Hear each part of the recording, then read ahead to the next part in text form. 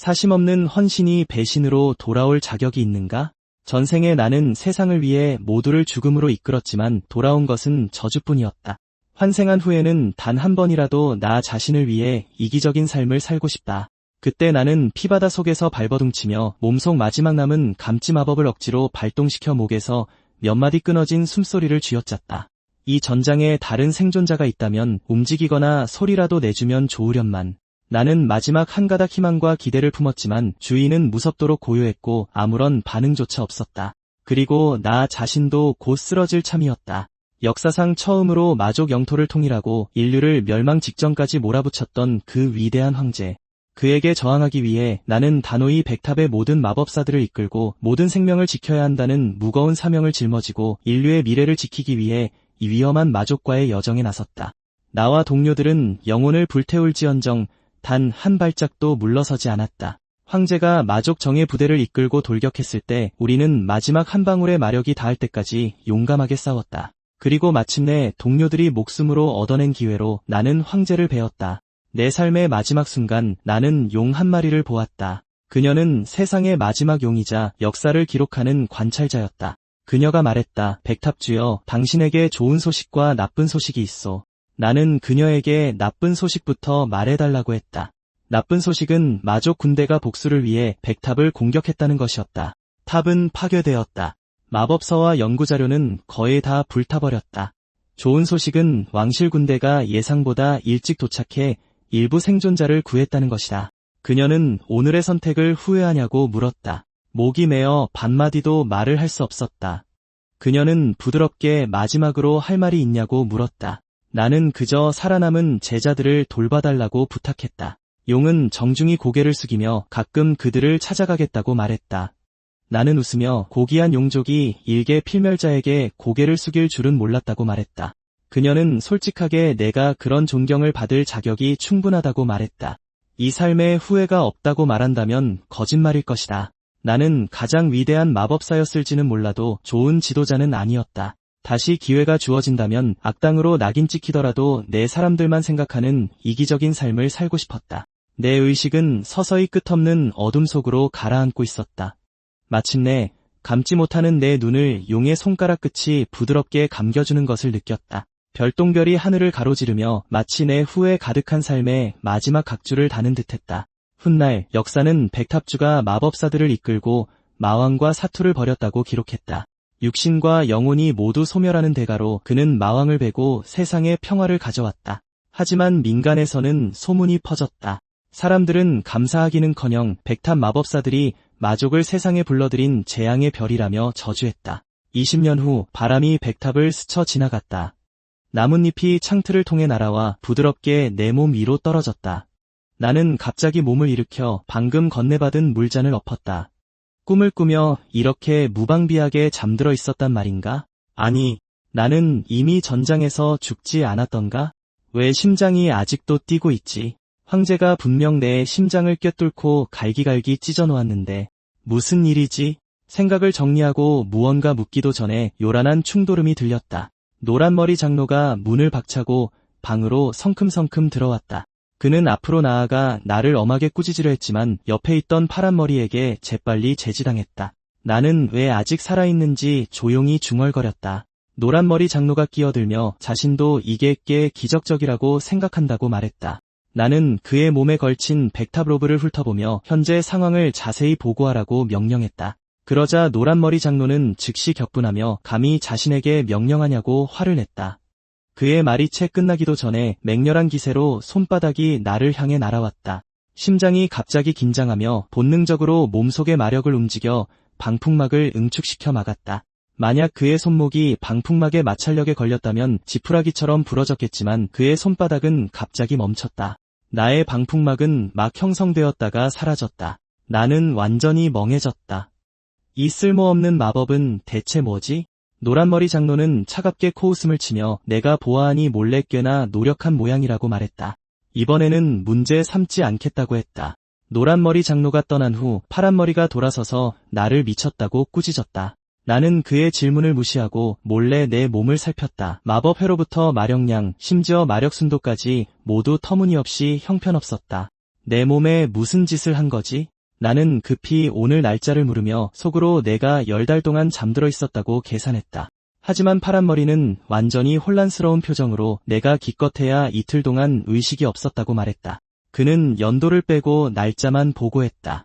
나는 여전히 제자들에게서 정보를 얻어야 했기에 파란 토끼에게 보라 눈을 불러오라고 아니면 노란 눈이나 빨간 눈도 괜찮다고 말했다. 파란 토끼의 눈이 휘둥그레지며 왜 배신자들을 언급하냐고 그리고 어떻게 탑주님의 이름을 직접 부를 수 있냐고 물었다. 그는 보라 눈은 오래전에 백탑을 버리고 적탑으로 갔다고 말했다. 노란 눈은 고위급 마법서를 훔쳐 달아났다. 둘 다 배신자였고 내가 언급한 빨간 눈은 이제 백탑의 탑주였다. 게다가 내가 말한 사람들은 더 이상 5살짜리 아이들이 아니었다. 그는 의식을 잃었을 때 기억이 완전히 뒤죽박죽된 것 같다며 이해하는 듯 말했다. 나는 더 이상 참을 수 없어 안간힘을 쓰며 침대에서 기어 나왔다. 창문에 비친 그 낯선 젊은 얼굴을 봤을 때 나는 큰 충격을 받았다. 현재 상황을 완전히 파악한 후 나는 내가 죽은 지 20년 만에 환생했다는 사실을 깨닫고 경악했다. 오늘날의 발전은 눈부시게 빨랐다. 저 빛나는 것들은 가로등이라고 불렸다. 저 달리는 쇳덩이는 자동차였다. 그리고 이 천지개벽할 새로운 풍경은 모두 마법 산업혁명 덕분이었다. 한때 폐허가 되었던 마을들은 오래전에 활기를 되찾았지만 멸망이 임박했을 때 사람들의 눈에 가득했던 절망을 떠올리지 않을 수 없었다. 하지만 지금 가장 시급한 문제는 이 몸의 원래 주인의 정보를 조사하는 것이었다. 몸에 남은 기억을 따라가 보니 원래 주인은 10살에 백탑에 입양되어 현재 20살이었다. 몰락한 귀족 가문 출신이지만 변변찮은 1급 마법사였고 아마 절박했기에 연구자금을 횡령하는 위험을 감수하고 불법 영약을 샀을 것이며 그것이 죽음으로 이어질 줄은 꿈에도 몰랐을 것이다. 기억을 정리하던 중 나는 갑자기 몸속에서 이상한 낌새를 느꼈다. 내부에는 정제되지 않은 막대한 마력이 있었다. 정말로 그 불법 영약을 마셨기 때문일까? 잠깐, 이상한 물질은 뭐지? 나는 그 끈적한 액체를 손가락 끝으로 유도했다.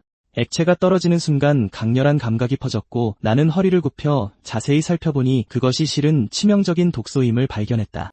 왜 이 몸에 독이 있는 거지? 나는 눈을 감고 잠시 생각에 잠겼고 이미 마음속으로는 무슨 일이 일어났는지 명확해졌다. 그 불법 영약은 진짜 값비싼 귀한 물건이었다. 문제는 누군가 이 영약에 몰래 독을 탔다는 것이었다.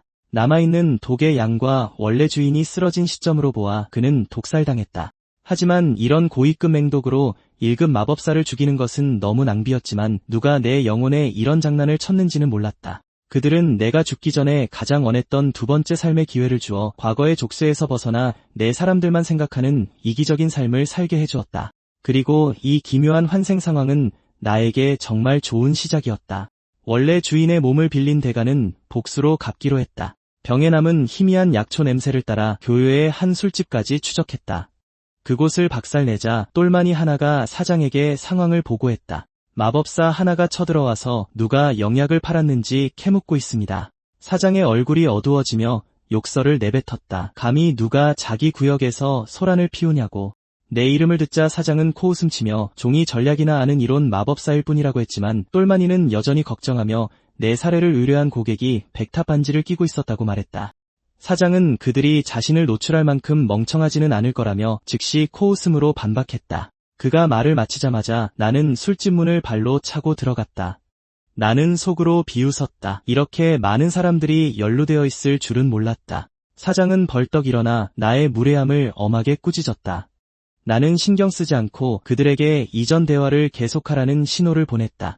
사장의 얼굴이 잿빛으로 변했다. 못 들었다면 보내줄 수도 있다며 부하들에게 나를 조용히 시키라고 명령했다. 그의 부하들은 즉시 칼을 뽑아 나에게 돌진했다. 사장이 구경이나 하려고 기다리는 동안 내 시선은 차가워졌다.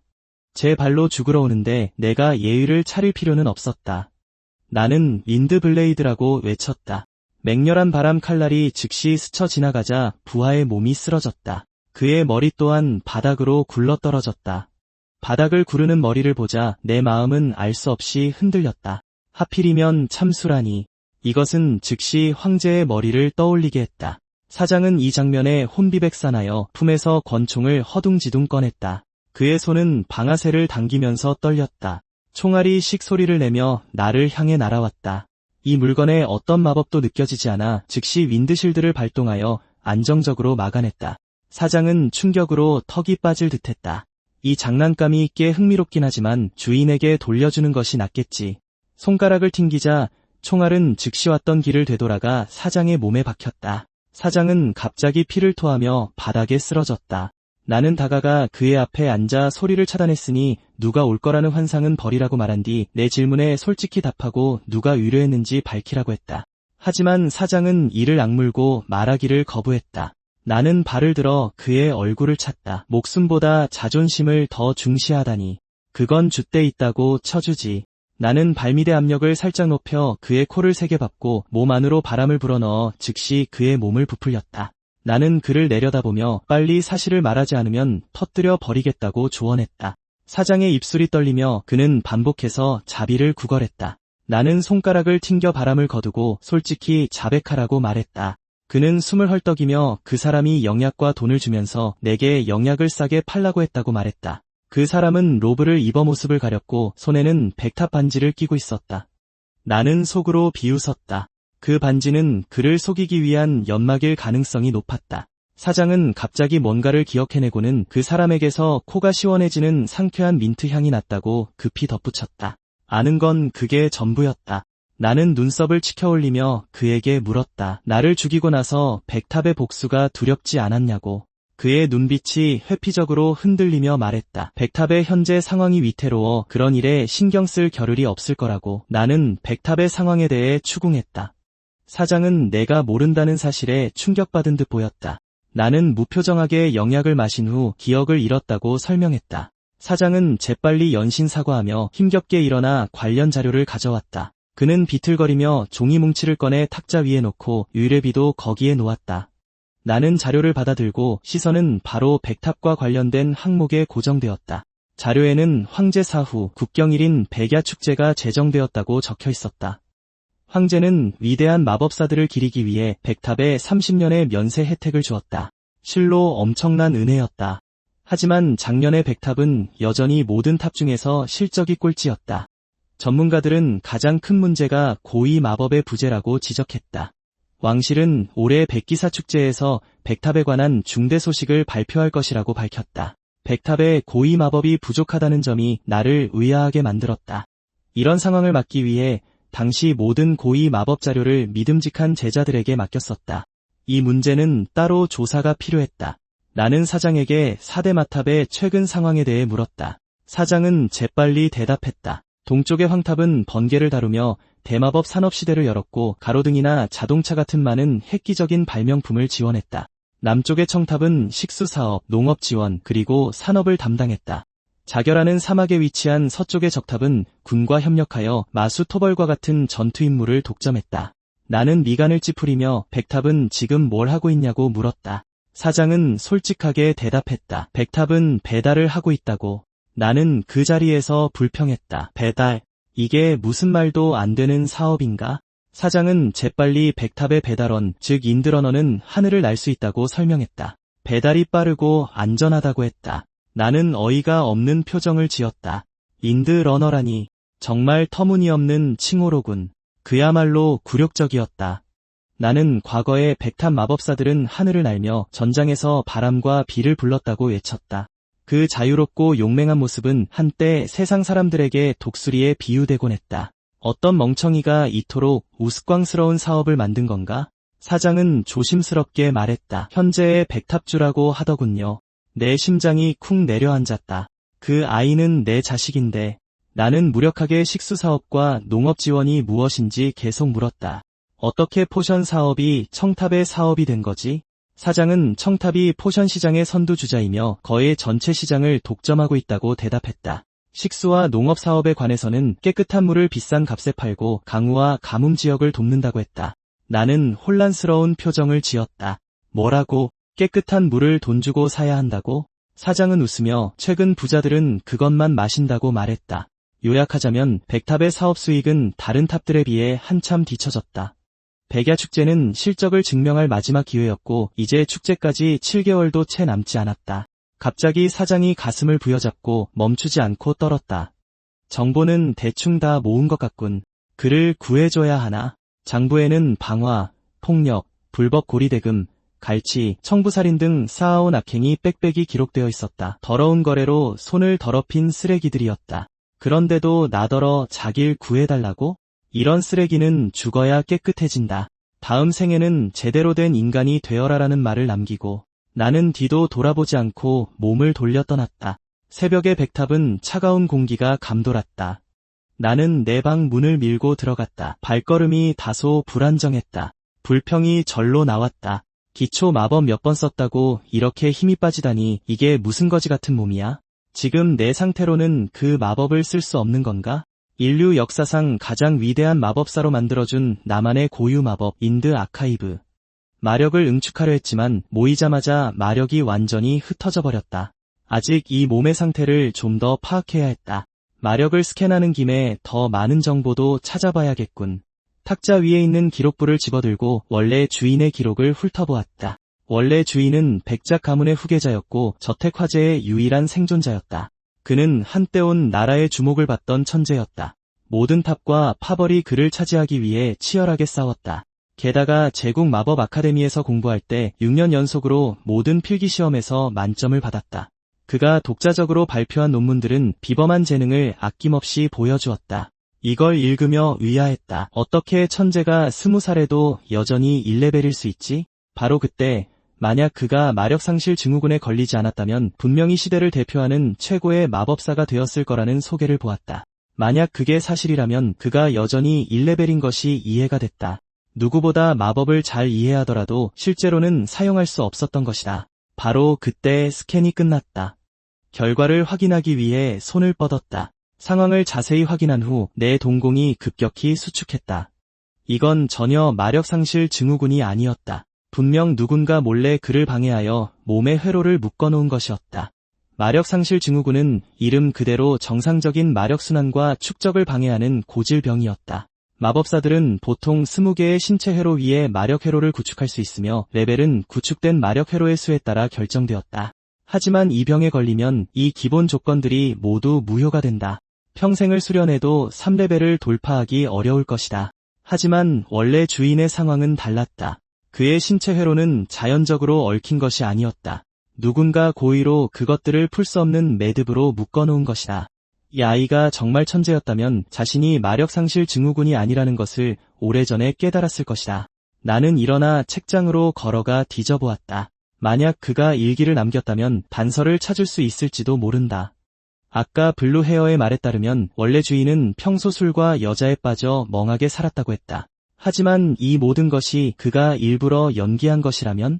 누군가 자신의 회로를 잠그고 심지어 목숨까지 노린다는 것을 알고 일부러 게으른 척한 것이다. 그렇다면 불법 영약의 유혹에 빠진 것도 이해가 된다. 아무도 믿을 수 없었기에 스스로 그 족쇄를 풀고 싶었던 것이다. 선반에서 원래 주인이 남긴 책 더미를 내려와 탁자 위에 모두 펼쳐놓았다.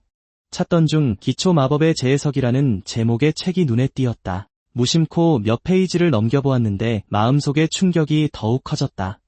인드 블레이드의 결함부터 방어 마법인 인드 이베이전의 장점 그리고 실전에서의 개선 방법까지 모든 것이 극도로 철저하게 분석되어 있었다.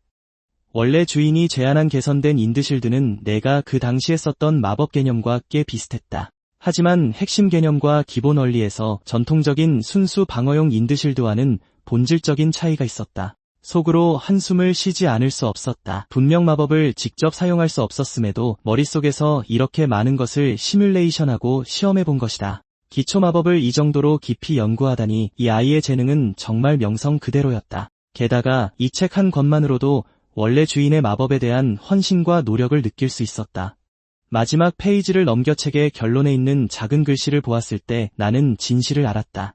알고 보니 원래 주인은 오래전부터 자신의 몸 상태를 알고 있었던 것이다. 하지만 모든 것을 꿰뚫어 보고도 그는 홀로 이 고통과 절망을 묵묵히 견딜 수밖에 없었다.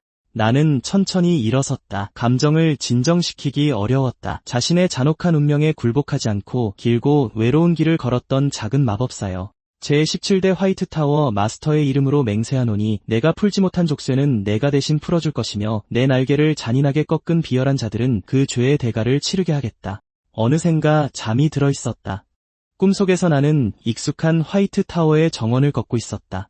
익숙한 아이의 목소리가 갑자기 귓가에 들려왔다.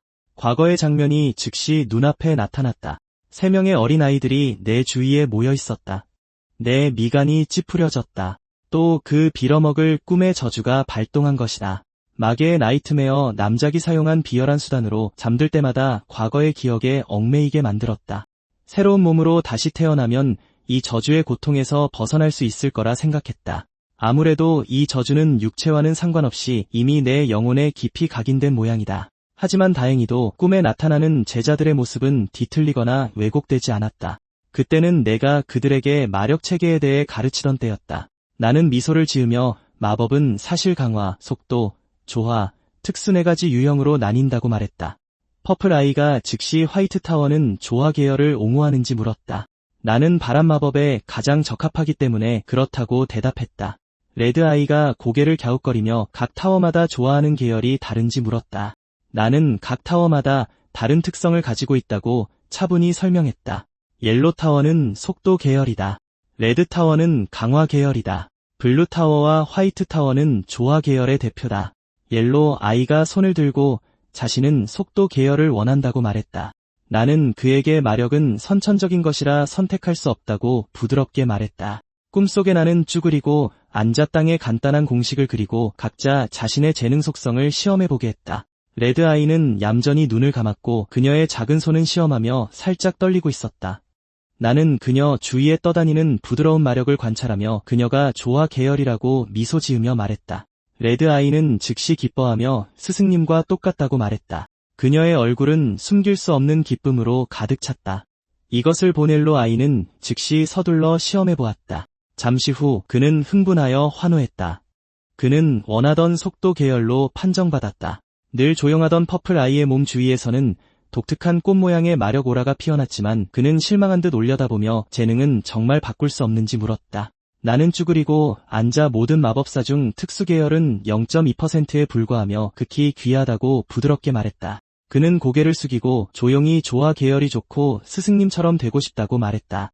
나는 크크 웃으며 원래 특수 계열 학생에게 가장 많은 개인 지도 시간을 할애할 계획이었다고 말했다. 퍼플 아이가 갑자기 고개를 들었고 눈은 기대로 반짝이며 정말로 자신에게 가장 많은 개인 지도를 해줄 것인지 물었다. 확답을 받은 후 그는 즉시 작은 손바닥을 내밀어 나와 새끼손가락 걸고 약속하기를 원했다. 나는 그 자리에 서서 과거의 장면을 바라보았고 입가에는 무의식적으로 옅은 미소가 번졌다. 그때는 모두 아직 순진한 아이들이었고 순수하고 아름다웠다. 갑자기 거친 방송 소리가 나를 꿈에서 현실로 끌어냈다. 방송은 나에게 즉시 4202호실로 출두하라고 알렸다. 나는 일어나 본능적으로 몸 상태를 확인하고는 기뻐했다. 원래 죽음의 매듭으로 묶여있던 20개 중 12개가 풀려 있었다. 그리고 회로가 열리면서 나는 바로 2레벨로 올라섰다. 이렇게 오래 살고 나서 2레벨이 된 것에 기뻐할 날이 올 줄은 꿈에도 몰랐다. 사무실 문 앞에 서서 나는 손을 들어 노크했다. 노란머리 장로가 내가 들어오는 것을 보고 몸은 좀 괜찮냐고 물었다. 나는 애매하게 대답했다. 내 앞에 있는 성숙하고 침착한 그를 보니 마음이 감회로 가득 찼다. 노란머리 장로는 사실 한때 내 후배였다. 이제 45살이 된 그는 이미 유능한 원로로 성장해 있었다. 그때 그는 정직하고 성실해서 늘 내 뒤를 졸졸 따라다니며 선배님이라 부르고 질문을 해댔지. 내가 탑주가 된 후에는 매일같이 내 시중을 들며 뛰어다녔다. 꽤 귀여웠지. 이런 생각을 하니 내 얼굴에 흐뭇한 미소가 번졌다. 내가 미소 짓는 것을 보더니 황금비 머리 원로의 얼굴이 갑자기 어두워지며 곧은 가문의 보스와 행동대장의 사망 보고를 받았다고 말했다. 그는 나를 쳐다보며 곧은 가문과 행동대장이 전적인 책임을 요구하고 있다며 심각한 어조로 말했다. 나는 어깨를 으쓱하며 정당방위 사유가 있다고 말했다. 그 녀석들이 날 암살하려 했거든. 말하면서 나는 독이 든 영약과 그들의 암살 의뢰 및 지불 내역이 기록된 장부를 꺼냈다.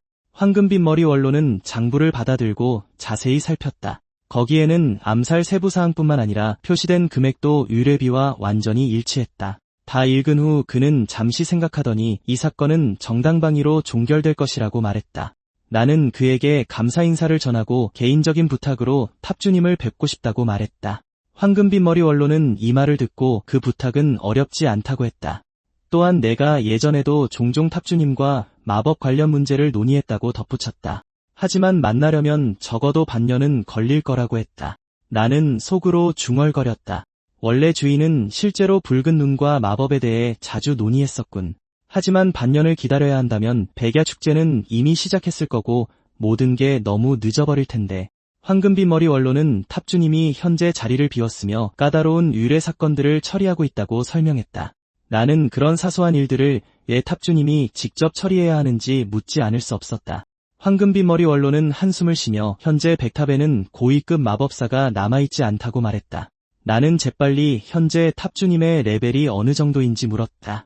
황금빛 머리 원로는 7레벨 고위 마법사라고 답했다. 나는 더욱 확신했다. 그때 그 재료를 가져온 제자를 찾아서 명확히 물어봐야겠다고. 이야기를 마친 후 나는 자리를 뜨려고 돌아섰다. 내가 떠나는 순간 백탑 부탑주가 사무실로 들어왔다. 그는 원래 황금빛 머리 원로에게 나를 너무 심하게 대하지 말라고 조언하려 했다고 말했다. 이미 나에게 교훈을 준 것 같다고 말이다. 부탑주는 내가 자신이 데려온 사람이라 늘 신경 썼다며 기초 마법이 하루 이틀 만에 이 수준에 도달할 수는 없다고 말했다. 분명 남몰래 상당한 노력을 했을 거라고.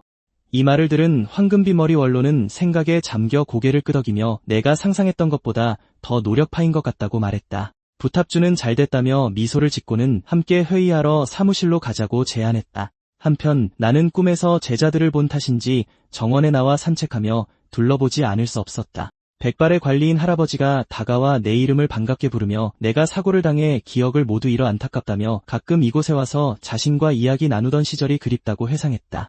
나는 속으로 중얼거렸다. 내 기억상실 소문이 너무 널리 퍼졌군. 원래 주인의 과거를 더 잘 알기 위해 나는 맞장구를 치며 앞으로도 계속 이야기할 수 있는지 물었다. 관리인 할아버지는 빙그레 웃으며 내 제안에 고마워했지만 곧 백탑을 떠나 돌아오지 않을 거라 어렵겠다고 말했다. 나는 혹시 무슨 어려움이라도 있냐고 재빨리 물었다. 관리인은 한숨을 쉬며 이제 이 부서에는 자기 혼자만 남았다고 말했다. 그가 오랜 세월을 버틸 수 있었던 건 이전 탑주님의 취임식 연설 덕분이었다. 그 탑주님은 이 탑에서는 모두가 필요하니 백탑의 일원으로서 자부심을 갖고 살아가 달라고 말했다. 우스갯소리로 들릴지 모르지만 그 순간부터 진정으로 자신이 백탑의 일원이라고 느끼며 지금까지 열심히 일했다고 말했다. 나는 그에게 결코 우스운 이야기가 아니라고 진지하게 말했다. 나도 진심으로 그렇게 생각했다. 관리인 할아버지의 눈시울이 붉어지며 고맙다고 말했지만 곧 화제를 바꿔 사직하기로 결정했다고 말했다. 관리인은 지금 백탑의 상황이 매우 어렵다는 걸 자네도 알 거라고 말했다. 특히 시설 관리 업무를 하다 보니 탑의 재정 상황이 예전보다 훨씬 나빠졌다는 것을 더 깊이 느낄 수 있었다고 한다. 그리고 다음 달이면 이곳에서의 근무기간이 40년이 된다고 했다. 나는 탑에 40년을 헌신한 사람들은 대도시에 집 한 채를 살 수 있는 돈을 받을 수 있다는 것을 기억했다. 관리인은 씁쓸하게 웃으며 현재의 백탑은 그렇게 많은 돈을 마련할 수 없다고 말했다. 그 돈을 모으기 위해 얼마나 많은 사람들이 목숨을 걸고 고위험 의뢰를 받아야 할지 모른다고. 이런 생각을 하니 정말 마음 편히 그 돈을 받을 수가 없다고 했다. 어쨌든 백탑은 오랫동안 그의 두 번째 집이었으니까. 마음이 복잡했다. 백탑이 이 지경까지 몰락했을 줄은 몰랐다. 전에는 청탑이 그런 자비를 하는 게 격 떨어지는 일이라 생각했는데 내가 무슨 자격으로 그 노력을 폄하하겠는가. 적어도 그들은 꽤 많은 돈을 벌었고 역사상 가장 위대한 황금기를 누리고 있었다. 반면 나는 아무것도 남기지 못했고 탑에 40년을 기여한 사람들에게 보너스조차 지급할 수 없었다. 관리인 할아버지가 갑자기 내 손을 급히 잡으며 내 주먹을 피가 날 정도로 세게 쥐고 있냐고 물었다. 나는 깊은 숨을 내쉬며 솟구치는 죄책감을 억누르고 언제 떠날 계획인지 물었다. 관리인 할아버지는 구급 상자를 가져와 조심스럽게 내 상처를 붕대로 감아주며 약 2주 후에 떠날 계획이라고 말했다. 나는 그에게 떠날 필요 없다고 말했다. 보너스 문제를 해결할 방법이 있다고. 반드시 나를 기다려 달라고 부탁했다. 내 방으로 돌아와 책상에 앉아 구체적이고 실현 가능한 방법을 고민했다. 현재 생각할 수 있는 연구, 강해, 의뢰 수락, 돈을 받는 것 모두 너무 많은 시간이 걸렸다. 현재 내 2레벨 마법사 신분으로는 그것들을 실행하기가 정말 너무 어려웠다. 목표를 빨리 달성할 수 있는 유일한 방법은 물약 사업이었다. 나는 신문기사를 읽고 예리하게 사업 기회를 포착한 후 즉시 부탑주의 사무실로 향했다. 이때 두 원로와 부탑주는 회의를 하며 내 이전 공금 횡령에 대해 논의하고 있었다. 재무 원로는 엄벌을 주장했다. 황금비 머리 원로는 관대한 처벌을 주장했다. 재무 원로는 바늘 도둑이 소도둑 된다고 반박했다. 황금비 머리 원로는 백탑이 너무 가난하다고 농담했다. 이 말에 격분한 재무 원로는 즉시 책상을 내리치며 나를 격리 동굴에 가도 반성하게 해야 한다고 말했다. 황금비 머리 원로는 1레벨 신참을 가둔다고 해서 결과가 나올 리 없다며 반대했다. 부탑주도 격리 처벌은 정말 너무 가혹하다며 재빨리 동의했다. 그는 대신 연구 자금을 사적으로 유용한 것에 대해 3배의 배상금을 부과하여 합리적이면서도 처벌의 의미를 보이자고 제안했다. 재무 원로는 부탑주의 처벌이 너무 가볍다며 크게 한숨을 쉬었다. 하지만 다시 생각해보니 백탑은 이미 적자 운영 중이었다. 우리가 무슨 권리로 마법사들에게 높은 배상금을 요구하겠는가? 게다가 시설의 절반은 놀고 있고 수익원은 거의 없었다. 무략 제조실의 모든 장비를 팔아도 겨우 3개월치 생활비를 긁어모을 수 있을 뿐이었다. 부탑주는 즉시 단호하게 반대하며 돈 때문에 장비를 절대 팔 수 없다고 말했다. 그의 어조는 엄숙했다. 이곳은 마법사들이 모여 새로운 진리를 꽃피우는 곳이라고. 지금 당장 배를 채우기 위해 백탑의 미래를 팔 수는 없다고. 재무 원로는 무슨 미래냐며 이미 20년을 기다렸다고 비꼬았다. 황금비 머리 원로는 이를 보고 그녀의 부정적인 말을 엄하게 제지했다. 하지만 재무 원로는 설령탑을 구할 수 있는 절세의 천재가 있다 해도 결국 쇠락하는 백탑을 선택하지는 않을 것이라고 반박했다. 그녀는 황금비 머리 원로와 부탑주에게 현실을 직시하고 그런 허황된 환상은 버리라고 조언했다. 살아남기 위해 돈을 벌 방법을 제대로 고민하는 것이 우선이라고. 바로 그때 내가 문을 두드렸다. 부탑주의 허락을 받고 나는 문을 열고 들어가 모두에게 인사했다. 부탑주가 먼저 말을 걸어 이 시간에 무슨 일로 들어왔는지 물었다. 나는 제안이 하나 있으며 여러분이 제게 사업 하나를 맡겨주셨으면 한다고 말했다. 재무 원로는 즉시 비웃으며 내가 참 웃긴다고 말했다. 며칠 전에 연구 자금을 횡령한 것을 잊었냐며 감히 사업을 하고 싶다고 말하냐고. 나는 그녀의 질문을 무시하고 기억을 되찾기 위해 지난 신문들을 훑어보다가 빈영지에서 심각한 독감이 발생해 봉쇄령이 내려졌다는 사실을 발견했다고 말했다. 부탑주님은 자신도 이 소식을 봤다고 말했다. 만약 상황이 사실이라면 끔찍한 일이 될 것이다. 이 독감은 현재 효과적인 치료법이 없다는 점이 까다로운 이유였다. 과거에는 백탑에서 백신을 개발할 수 있었지만 20년 전에 그 제조법이 소실되었다. 나는 고개를 끄덕이며 포션 시장을 독점하고 있는 청탑조차 속수무책이라고 말했다. 그래서 나는 여기서부터 시작할 계획이다. 과거 백탑이 독점 판매했던 백신 사업을 다시 시작해 카르데나 독감 백신을 팔아 탑의 수익을 가져오는 것이다. 재무 원로는 비웃으며 이 제안은 들을 가치조차 없는 소리라고 단언했다. 탑과 주요 제약사들이 20년간 막대한 자금을 고위급 마법사들에게 투자했지만 백신을 만들지 못했다. 나 같은 20살짜리 애송이는 절대 해낼 수 없다고 했다. 나는 그들이 모두 실패했다는 것을 부정하지 않았다. 또한 내가 정말로 20살이라는 것도 인정했다. 하지만 말투를 바꿔 나는 백신을 만들 수 있다는 확신에 찬 천재이니 부디 내게 투자해달라고 엄숙하게 말했다. 재무 원로는 그 자리에서 폭발하며 무슨 농담을 하냐고 묻고는 장부를 계산하기 시작했다. 내가 신청한 17건의 연구 자금은 총 80만 페비에 달했고 일부는 불법 영약을 사는데 횡령하기까지 했다. 그녀는 점점 더 격앙되어 돈 개념도 모르는 곱게 자란 도련님이 감히 천재라고 떠벌리냐며 비아냥거렸다. 부탑주님이 그녀를 막아서며 내가 백탑 마법사로서 정식 투자 제안을 하고 있는 것이라고 말했다. 재무 원로가 원로로서 언행이 너무 무례하다는 것이었다. 그러자 재무 원로는 마지못해 사과했다. 전후 사정을 파악하고 나서야 나는 그녀가 왜 그토록 내게 적대적이었는지 이해할 수 있었다. 10년이 넘는 시간 동안 원래 주인은 제대로 된 연구 결과 하나 내놓지 못하면서 막대한 자금을 축냈다. 재정을 관리하는 원로로서 분노가 쌓이는 것은 당연했다. 하지만 나는 결국 원래 주인이 아니었고 내 능력은 이론에만 그치지 않았다. 부탑주님은 나를 보며 빈영지에서 발병한 것이 카르데나 독감이라고 확신하는 이유를 물었다. 나는 물론 확실한 증거가 있다며 모두에게 신문 이면을 보라고 했다. 거기에는 알타이르 교단의 대주교가 순례 도중 갑자기 일정을 변경하여 옛단 작은 마을에 한 달간 머물며 축복 기도를 열었다고 기록되어 있었다. 이 행동은 너무나 비정상적이었다. 알타이르 교단은 대지의 어머니를 섬긴다. 7명의 대주교는 겉보기엔 청렴한 종교 지도자처럼 보이지만 실상은 정반대였다. 대주교가 교단의 추기경 자리에 오르려면 막대한 선거 자금이 필요했다. 그들이 순례를 멈추는 진짜 목적은 현지 귀족과 상인들을 만나 헌금을 걷는 것이었다. 하지만 그 외딴 작은 마을은 가난하고 낙후되어 있어 큰 이익을 짜낼 수 없었다.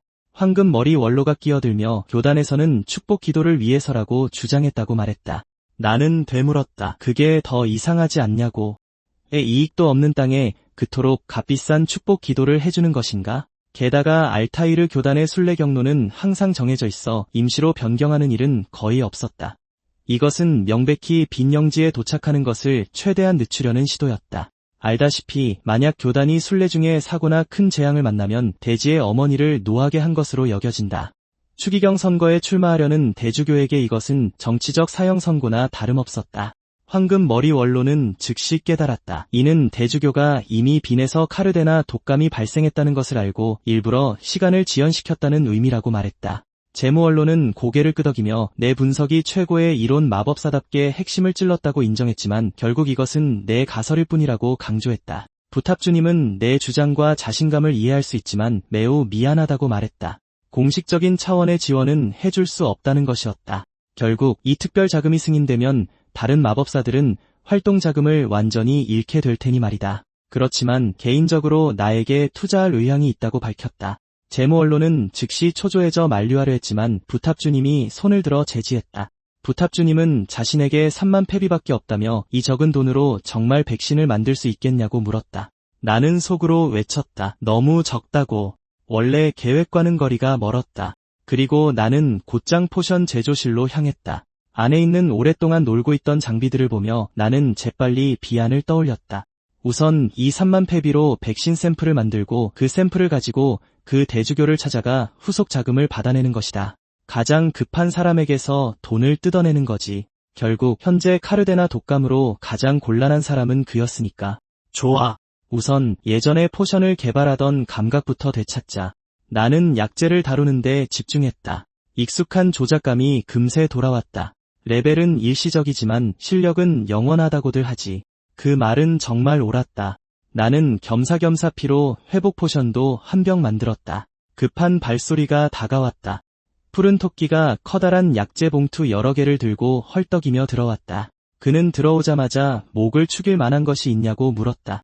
나는 방금 만든 피로 회복 포션을 건네주었다. 푸른 토끼는 병을 받아들고 단숨에 마시더니 맛도 좋고 효과도 굉장하다고 외쳤다. 나는 그가 사온 재료들을 확인했다. 품질이 아주 좋았다. 푸른 토끼는 꽤 자랑스러운 표정으로 만약 백탑이 정말 망하면 그냥 상인으로 돌아가면 된다고 말했다. 그가 말을 마치기도 전에 나는 손을 뻗어 그의 머리를 툭 쳤다.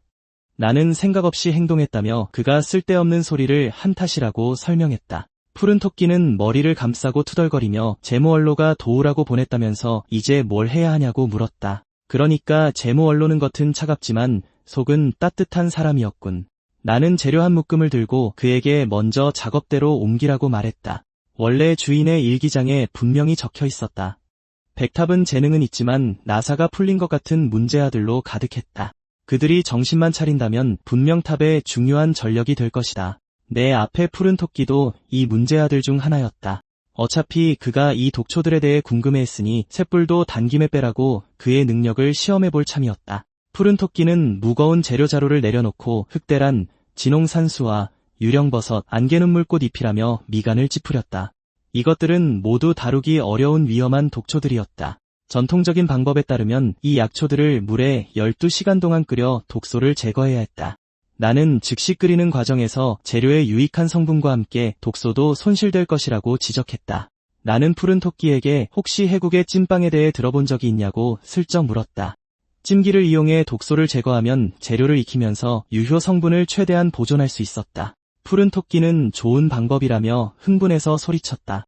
나는 찜기는 재료를 독소를 제거할 수 있는 상태로 부드럽게 만들 뿐이라고 설명했다. 진짜 해독은 여전히 우리 마법사들이 완성해야 했다. 나는 손을 들어 진공응축 마법을 발동시키며 푸른 토끼에게 내 움직임을 주의 깊게 보라고 신호했다. 어떻게 증기에서 독성만 분리하는지, 어떤 두 종류의 마법을 활성화하는지, 그리고 어떤 비율로 재료액을 저어 포션 조제를 완성하는지를. 나는 완성된 포션을 들어 보이며 그에게도 한번 해보라고 했다. 푸른 토끼는 곤란한 표정으로 보기만 쉬워 보인다고 말했다. 나는 그의 다소 서툰 마법 응축 과정을 지켜봤다. 진공 응축부터 시작해서 그의 마력 제어는 약간 불안정했다. 얼마 지나지 않아 푸른 토끼는 멈춰서며 두 종류의 마법을 동시에 제어할 수 없다고 인정했다. 나는 살짝 미소 지으며 내가 가르쳐 주겠다고 말했다. 사실 원리만 이해하면 그렇게 어렵지 않았다. 나는 그에게 마음속에 칸막이를 세운다고 상상해보라고 말했다. 왼쪽에서는 A 마법을, 오른쪽에서는 B 마법을 쓰는 거지. 푸른 토끼는 반신반의하며 눈을 감고 내가 설명한 방법을 시도했다. 잠시 후 그의 눈앞에 서로 다른 두 개의 마력이 안정적으로 나타났다. 나는 고개를 끄덕이며 듀얼 캐스팅을 깨우친 그에게 축하 인사를 건넸다. 블루 헤어가 이렇게 간단한 걸 왜 선배들은 그냥 안 가르쳐 주냐고 말하는 걸 들으며 나는 속으로 생각했다. 많은 이들이 힘들게 터득한 기술을 후배들에게 공짜로 넘겨주고 싶어 하지 않는다고. 하지만 그 피비린내 나는 전장에서는 그런 이기적인 관습을 유지하는 것이 불가능했다. 살아남기 위해 모두가 매일 비기를 공유하고 함께 전술을 토론했다.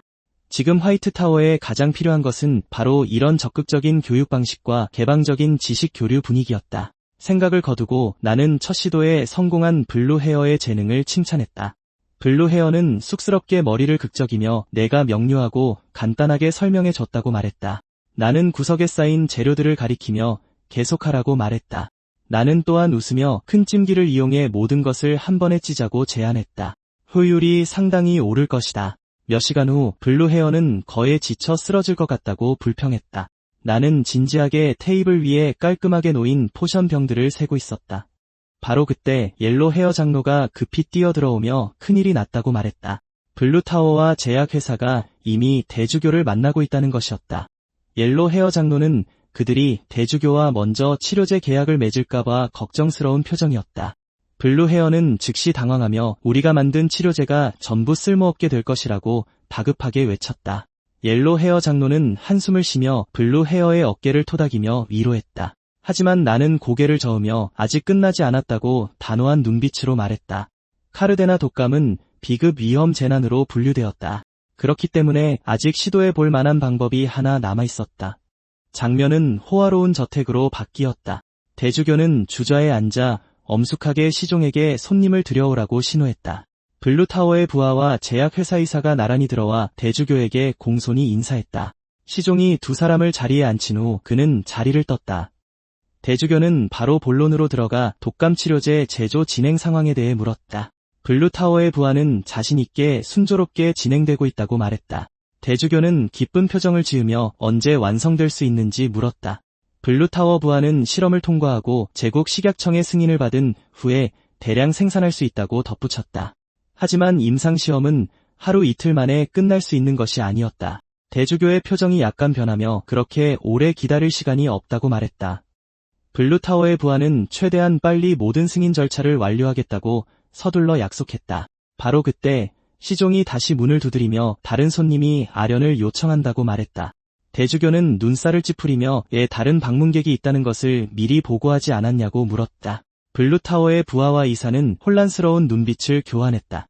나는 직접 문을 열고 들어가 그곳에 있는 모든 사람에게 고개를 끄덕여 인사한 후 중요한 좋은 소식을 알리러 왔다고 간단히 자기소개를 했다. 대주교는 잠시 멈칫하며 화이트타워에 무슨 좋은 소식이 있냐고 물었다. 나는 카르데나 독감 치료제를 팔러 왔다고 말했다. 대주교는 미소를 지으며 타이밍이 참 공교롭다고 말했다. 그는 또한 블루타워가 거래 준비를 하지 않았다고 농담했다. 나는 즉시 화이트타워는 지금 당장 거래할 준비가 되어 있다고 응수했다.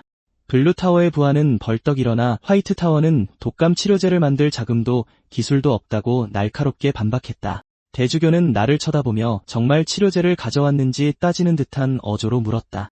나는 품에서 나무 상자를 꺼내 테이블 위에 놓으며 이것이 치료제 샘플이라고 말했다. 거래만 성사되면 일주일 안에 수십만 회분을 준비할 수 있다. 블루타워의 부하는 초조해하며 이 치료제가 제국 식약청의 승인 인증을 받았는지 따져 물었다. 나는 솔직하게 아니라고 대답했다.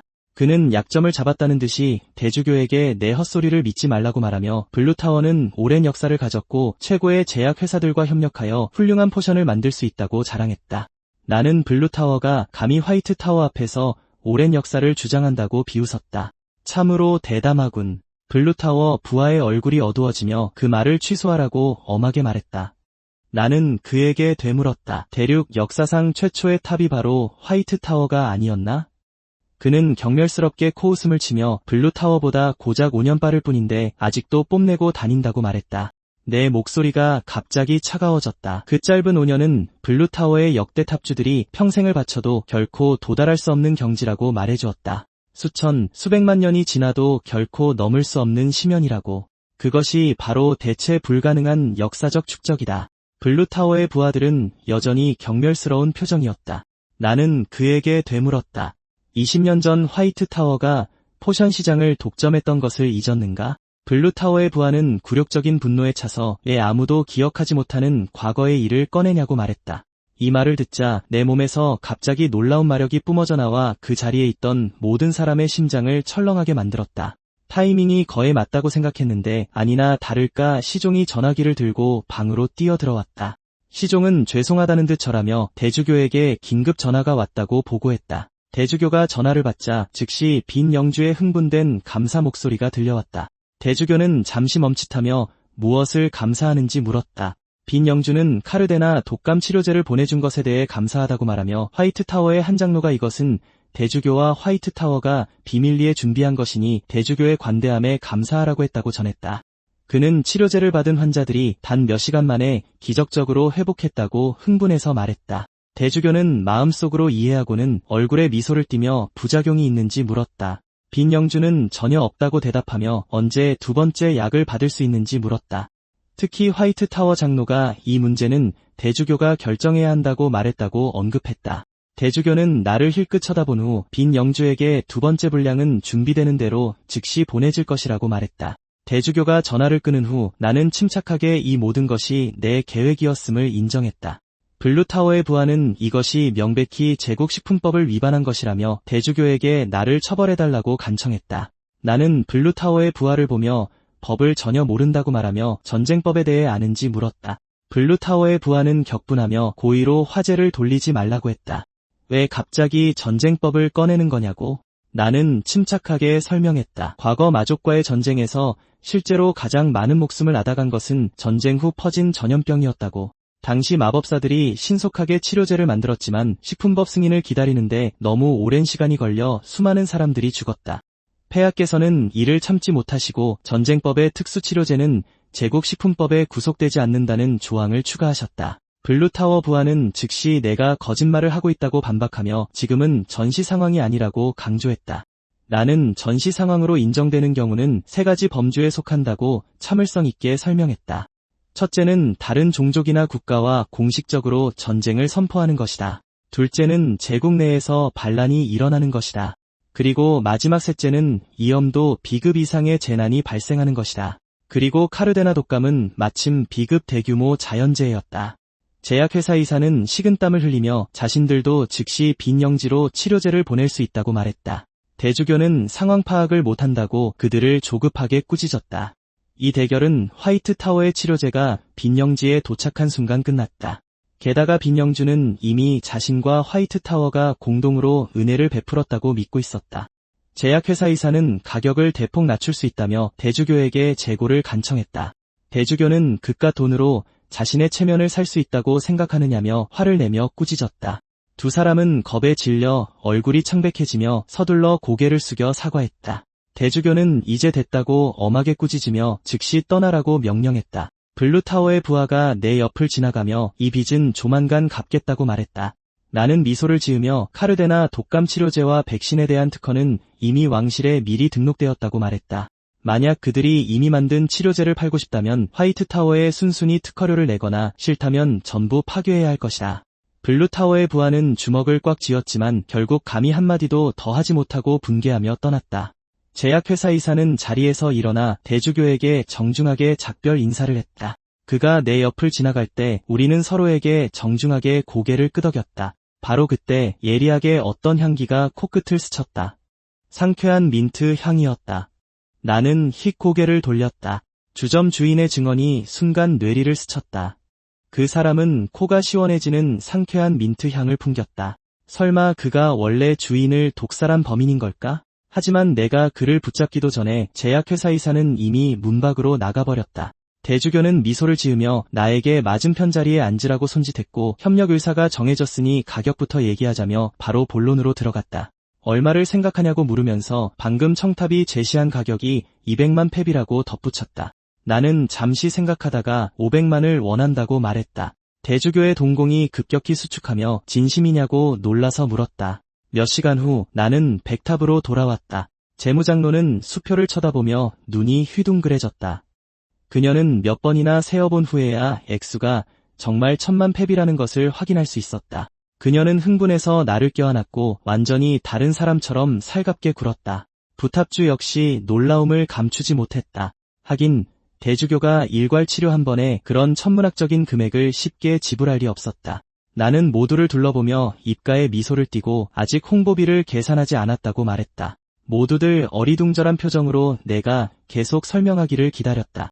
나는 백탑이 그가 신의 계시를 받아 카르데나 독감을 예견했고 백탑에게 특별히 치료제 준비를 명했다고 공개적으로 발표할 것이라고 설명했다.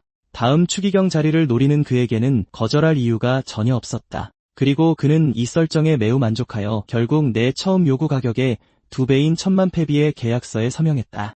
부탑주는 탁자 위에 거액 수표를 보고 내 징계를 철회하기로 결정하며 여기 있는 사람 중에 이의가 있는지 물었다. 모두들 고개를 저어 이의가 없음을 표시했다. 부탑주는 나를 향해 지원이 필요하면 언제든 말하라고 했다. 나는 4급 이상의 마법사를 모집해야 한다고 말했다. 많으면 많을수록 좋다고. 부탑주는 즉시 공개 모집을 결정했고 내가 참가자 선발을 책임지기로 했으며 재무장로에게 즉시 탑내에 모집 공고를 붙이도록 했다. 그는 모집 조건도 덧붙였다. 포션 제조실은 참가자들에게 후한 일당을 지급하고 매일 고기가 포함된 세끼 식사를 제공할 것이다. 이처럼 파격적인 조건은 즉시 많은 마법사들을 끌어들였다. 내가 손뼉을 쳐서 모두를 조용히 시키려 했지만 현장은 여전히 소란스러웠다. 아무도 들으려 하지 않았다. 내 손끝이 살짝 움직여 침묵 마법을 시전했다. 즉시 제조실의 소음이 갑자기 멈췄다. 나는 오늘 카르데나 백신과 치료제를 대량 생산하기 위해 모두를 모았으며 선배님들의 도움이 필요하다고 말했다. 즉시 군중들 사이에서 수군거림이 퍼져나갔다. 몇몇은 모집자가 바로 나 그 유명한 문제야 천재라는 사실에 놀랐다. 몇몇은 내가 무슨 일로 저렇게 자세를 낮추는지 의아해했다. 또 다른 이들은 내가 약학을 알 리 없다며 또 다른 사기를 치는 게 아닌지 의심했다. 그동안 그렇게 많은 연구비를 탕진해놓고 갑자기 제대로 된 일을 하겠다니 믿을 수 없다는 반응이었다. 나는 옆에 있는 블루 헤어에게 저 사람들이 나를 정말 싫어하는 것 같냐고 조용히 물었다. 블루 헤어는 머리를 극적이며 솔직하게 말했다. 내가 예전에 오만하고 짜증나는 데다 제대로 된 결과물 없이 탑의 연구 예산을 낭비하고 하루 종일 술만 마셨다고. 남몰래 열심히 노력했다고는 하지만 모두의 인상은 이미 굳어버렸다고. 바로 그때 금발의 미녀가 군중 속에서 걸어나오며 백탑의 약학 제조법은 20년 전에 소실되었다고 말했다. 나는 제조법을 성공적으로 복원했다고 대답했다. 모두가 즉시 웅성거리기 시작했다. 그 많은 연구비를 먹고 드디어 결과물을 내놓았다는 시기였다. 금발 미녀는 계속해서 치료제의 효과가 검증되었는지 물었다. 나는 첫 번째 치료제가 이미 빈영지에서 효과를 보았고 알타이르 교회와 계약도 마쳤다고 대답했다. 금발 미녀의 눈빛이 날카로워졌다. 그렇다면 그 제조법은 값을 매길 수 없을 텐데 어찌 감히 그런 귀한 기술을 우리와 공유하려 하냐고 물었다. 나는 그녀의 눈을 똑바로 쳐다보며 차분한 어조로 선배님들이 왜 아직도 백탑에 남아있는지 이해할 수 없다고 말했다. 금발 미녀는 이 말을 듣고 내 태도가 아주 글러먹었다며 매우 불쾌해했다. 그녀는 돌아서서 걸어가며 이 위대한 천재가 무슨 꿍꿍이로 그런 말을 하는지는 모르겠지만 여기 있는 누구도 그런 헛소리를 듣고 싶어 하지 않는다고 말했다. 나는 말투를 바꾸어 선배님들이 백탑을 위해 무엇을 포기했는지 안다고 말했다. 이 말을 듣고 금발 미녀의 발걸음이 멈추었고 그녀는 천천히 돌아섰다. 나는 한 사람 한 사람의 이름을 호명했다. 금발 미녀는 5급 마법사로 독보적인 약학 재능과 리더십 때문에 적탑과 여러 대기업에서 7번이나 스카우트 제의를 받았지만 모두 거절했다.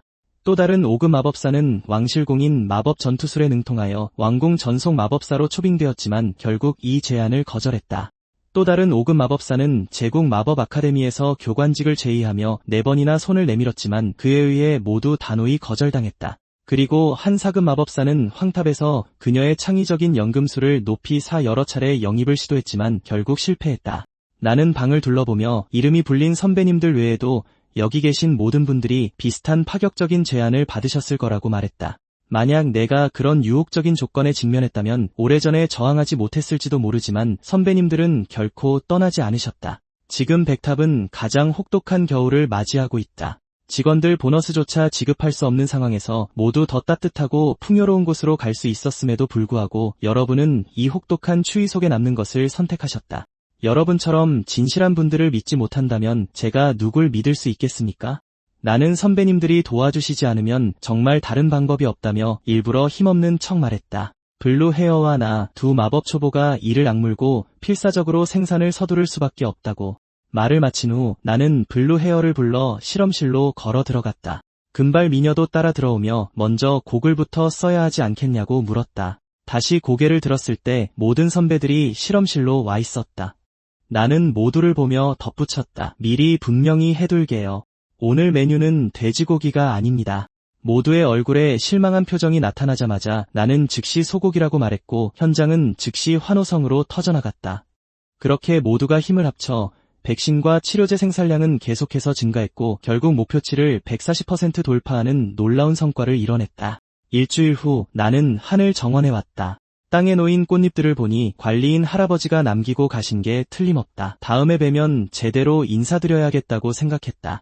그러고 나서 옆에 있는 신문을 집어들고 꼼꼼히 읽었다.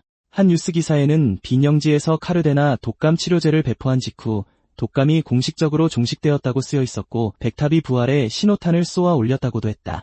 또 다른 기사에는 나와 대주교가 올해의 제국 평화상 후보로 지명되었다고 나와 있었다.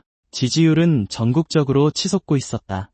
신문을 내려놓으며 모든 것이 계획대로 순조롭게 진행되고 있다고 생각했다. 바로 그때 블루 헤어가 달려와 백신 예약 주문이 폭주하고 있다고 말했다. 각 지역과 심지어 왕실에서도 예약 요청을 보내왔다. 이 주문들만 처리해도 수천만 페비를 쉽게 벌 수 있었다. 블루 헤어는 이 호황이 금방 사라질 것이라고 침착하게 분석했다. 나는 고개를 끄덕이며 어쨌든 백탑의 시급한 문제부터 해결할 것이라 말하고 보기보다 똑똑하다며 그를 놀렸다.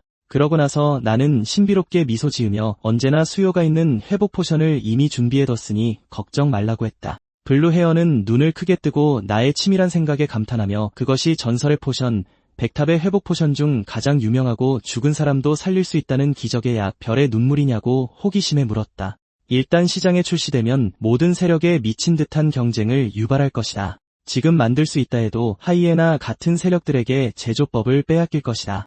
이번에는 대주교가 우리의 방패 역할을 해주었기에 무사했다. 더 높은 등급의 포션을 출시하기 전에 먼저 백탑의 자체적인 힘을 강화해야 했다. 이 기회를 빌어 나는 블루에게 재료 한 묶음을 구매해달라고 부탁했지만 블루 헤어는 목록에 있는 약초들이 찾기 어렵다고 불평했다. 나는 이것들이 모두 아주 흔한 특산품이라 놀랐지만 블루 헤어는 해당 약초밭들이 관리 부족으로 오래전에 완전히 버려졌다고 속수무책으로 말했다. 나는 즉시 블루 헤어를 데리고 마차에 올라 외곽의 황무지로 직행했다. 목적지에 도착하자 블루 헤어는 마차도 못 들어가는 곳까지 굳이 올라가자고 한다며 내가 정신이 나간 거 아니냐고 투덜거렸다. 나는 이마에 땀을 닦으며 조금만 더 힘내라고 10마일만 더 걸으면 옛 약초바터에 도착할 것이라고 말했다. 블루 헤어는 어리둥절한 표정으로 왜 내가 18년 전에 폐지된 단위를 사용하냐고 물었다. 그는 나를 위아래로 훑어보며 아까부터 이상하게 행동하고 있다고 말했다. 전쟁이 끝난 후 제국은 오래전에 미터법으로 통일했다. 무게 단위인 파운드조차 그램으로 바뀌었다고. 아마 공식을 복원하면서 고문서를 너무 많이 봐서 단위를 헷갈렸나 보다. 그때 우리는 나무 오두막에 도착했다. 푸른 머리가 정중하게 문을 두드렸다. 백발의 노인이 문을 열었고 그의 시선은 우리를 훑어보았다. 갑자기 엔진 굉음이 들려왔다. 몇 대의 작은 차들이 험준한 산길을 달려왔다. 차가 멈춘 후 앞장선 사업가가 몸을 내밀며 노인에게 오늘 땅을 팔 생각이냐고 큰 소리로 물었다. 노인의 얼굴이 어두워지며 문 밖으로 나와 절대로 팔지 않겠다고 단호하게 말했다. 사업가는 비웃으며 노인에게 고집 좀 그만 부리라고 말했다. 그가 제시한 보상금은 다른 부지보다 10배나 많았다. 그의 부하도 거들며 노인장이 적당히 튕겨야지 사람 귀찮게 한다고 말했다. 노인은 그들을 노려보며 무슨 소리냐고 화를 냈다. 숨이 붙어있는 한 절대로 이곳에 공장이 세워지는 것을 허락하지 않을 거라고 했다. 사업가는 아랑곳하지 않고 노인이 언젠가 죽으면 어차피 땅은 관리할 사람도 없을 테니 팔아서 그 돈으로 노후나 즐기라고 조언했다. 공장들이 주변을 둘러싸면 땅값은 폭락할 거라고. 노인은 자신이 없더라도 이 땅을 살 생각은 꿈도 꾸지 말라고 날카롭게 쏘아붙였다. 이 말을 들은 사업가의 표정이 험악해졌다. 그는 차갑게 코웃음을 치고 부하들에게 철수하라고 명령했다. 떠나기 전 사업가는 갑자기 무언가 생각난 듯 아, 맞다 라고 말했다. 여기 오는 길에 약초를 꽤 밟은 것 같더군. 그는 품에서 돈다발을 꺼내 아무렇게나 땅에 던졌다. 사업가는 이것이 약초 보상금이라 말하고는 차에 올라타 떠나버렸다. 차 안에서 사업가는 왜 백탑의 마법사가 여기에 나타났는지 의아해했다. 부하가 재빨리 신문을 건네며 약초 때문에 온 것 같다고 추측했다.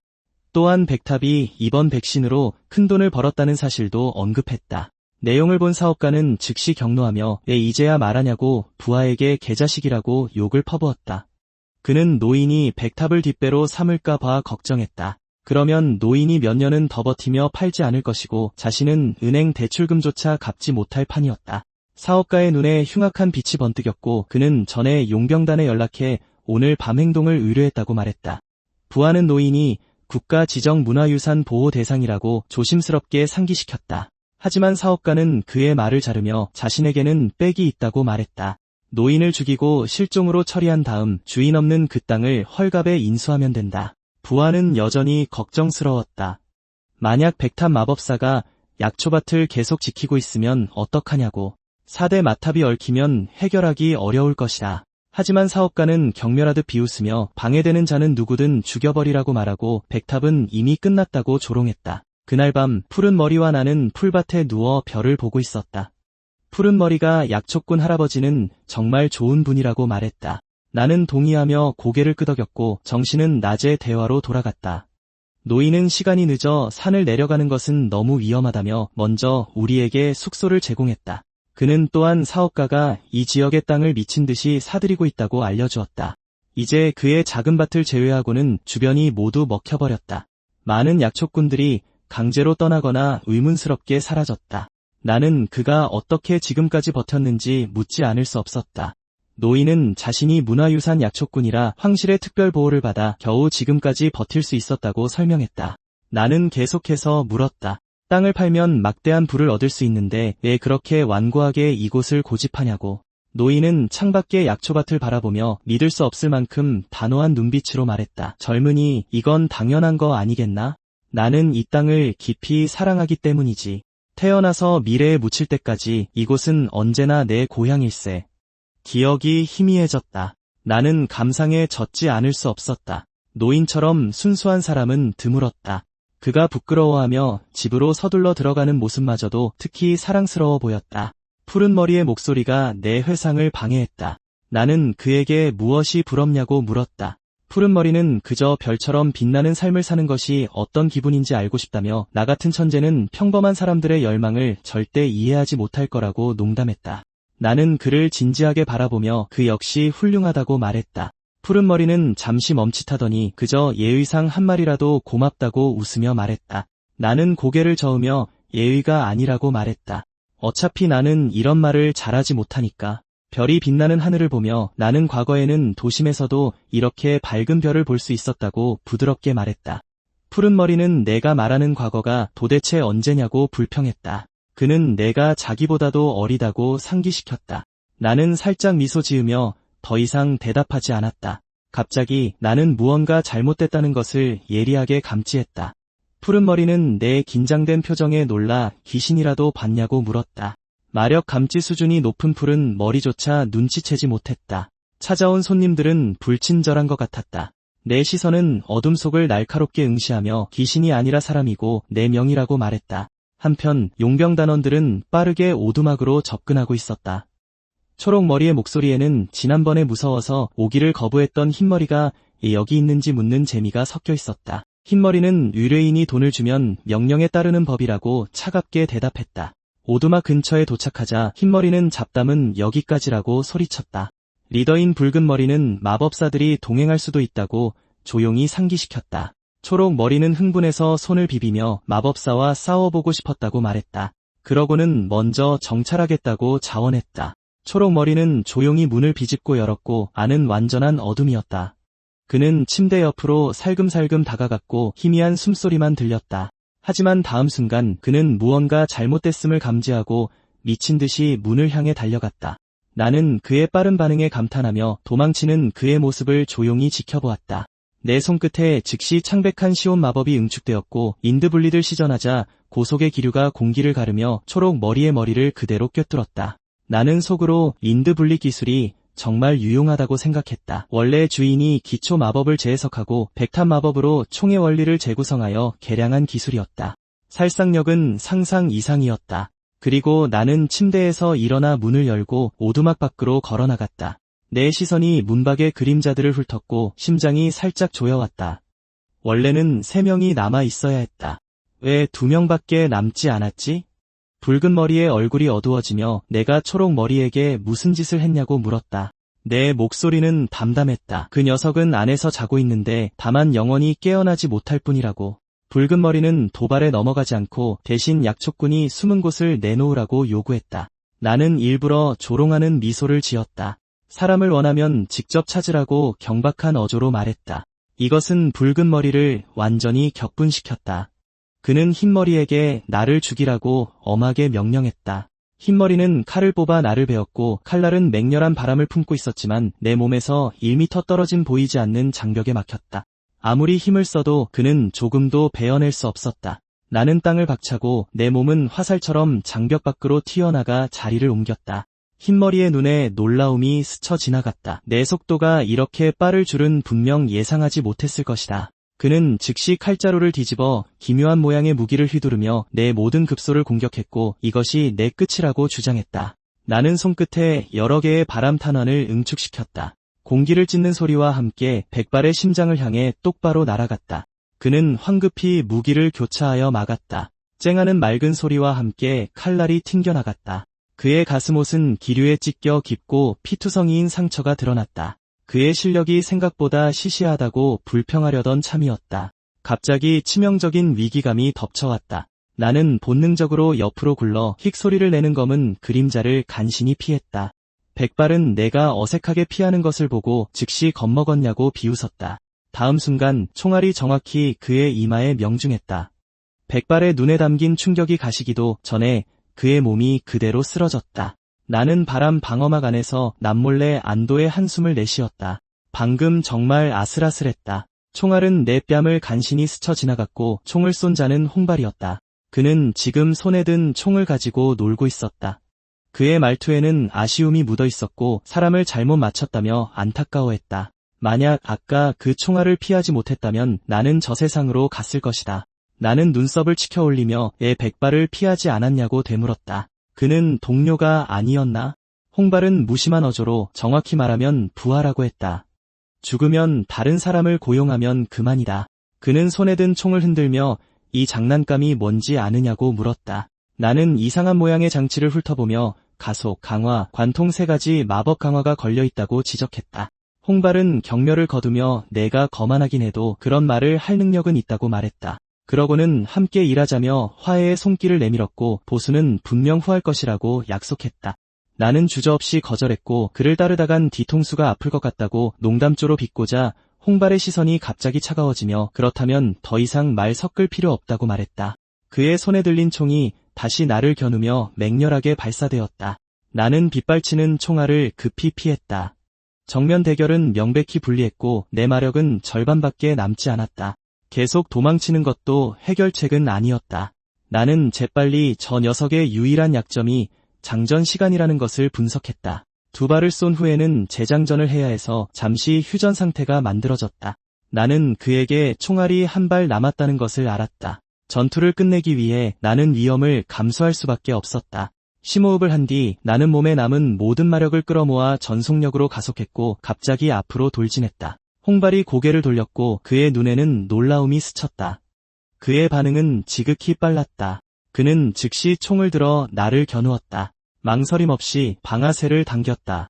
총알이 힉 소리를 내며 날아왔다. 결정적인 순간에 나는 특수한 윈드실드를 펼쳤다.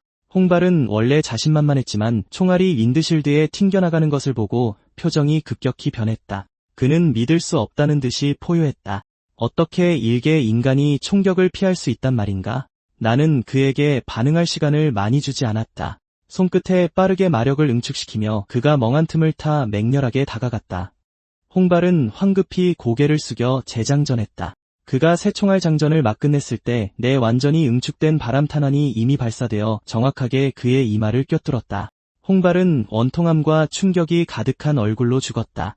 홍발의 쓰러진 시신을 보며 나는 몸을 숙여 땅에 떨어진 총을 집어들었다. 이 무기는 칭찬할 만했다. 나를 꽤나 고전시켰으니까. 만약 내가 미리 윈드실드에 마찰 감소와 내구성 강화 마법을 걸어 방패 표면은 부드럽고 내부는 단단하게 만들지 않았다면 지금 땅에 누워있는 건 아마 나였을 것이다. 백탑으로 돌아가면 최신 무기화된 마법에 대한 대책을 철저히 연구해야겠다. 지금 시급한 것은 빨리 청토와 노인에게 가는 것이었다. 나는 마음속으로 그들이 네 번째 사람에게 잡히지 않기를 조용히 기도했다. 하지만 숲속의 청토와 노인은 결국 암살자 흑발에게 발각되고 말았다. 청토는 노인을 등 뒤로 보호하며 단호한 어조로 먼저 가라고 말했다. 청토는 가슴을 두드리며 자신의 실력이 약하지 않다고 말했다. 이 정도는 충분히 감당할 수 있다.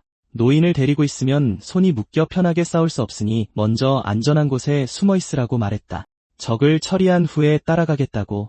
노인은 망설이다가 청토에게 조심하라고 거듭 당부한 뒤 몸을 돌려 서둘러 떠났다. 이를 본 흑발이 날카로운 조소를 터뜨렸다. 이런 착한 거짓말에 눈물이 날 뻔했다며 허리에서 장검을 뽑아 들고 갑자기 뛰어올랐다. 청토는 즉시 마법 기술인 인드 블레이드를 발동했다. 강력한 바람을 두른 사나운 바람 칼날이 그대로 베어나갔다. 흑발은 검으로 바람 칼날을 가볍게 가르며 청토가 너무 약하다고 경멸적인 어조로 말했다. 그러고는 단검을 뽑아 청토의 심장을 향해 곧장 찔렀다. 하지만 단검은 놀랍게도 청토의 몸을 그대로 통과했다. 흑발은 뭔가 이상함을 느끼고 잠시 멈칫했다. 그가 멍해 있는 사이 청토는 갑자기 손을 뻗어 단검의 칼날을 잡았다. 다른 쪽 주먹은 힘을 모아 휘둘러 그의 얼굴에 맹렬하게 내리꽂혔다. 흑발은 믿을 수 없다는 듯 땅에 쓰러졌고 완전히 숨이 끊어졌다.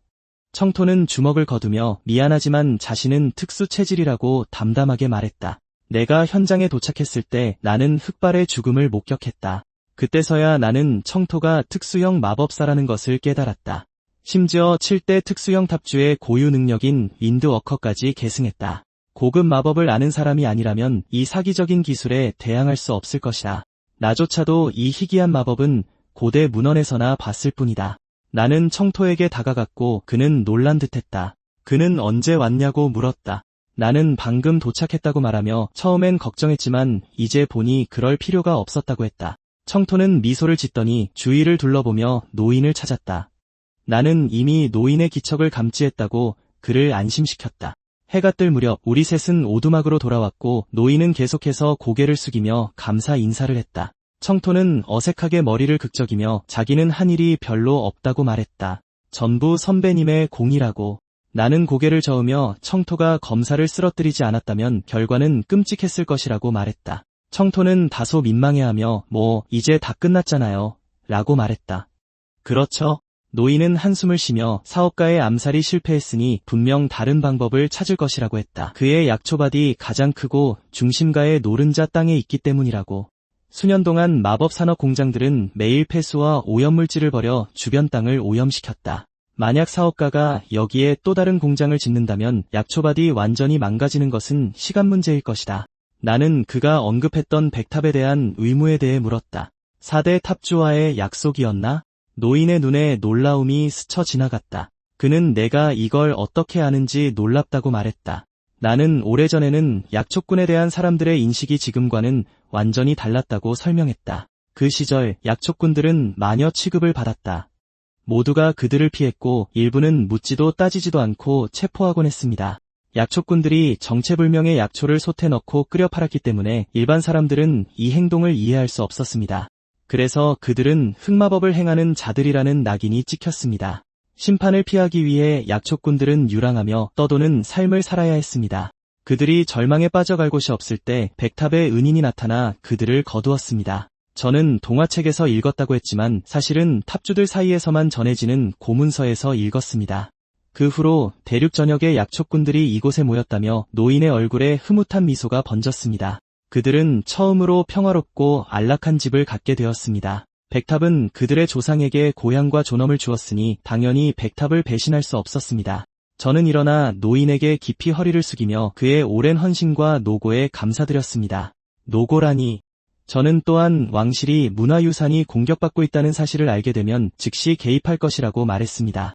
노인은 왕실이 신중하지만 느리다며 걱정스러운 표정을 지었습니다.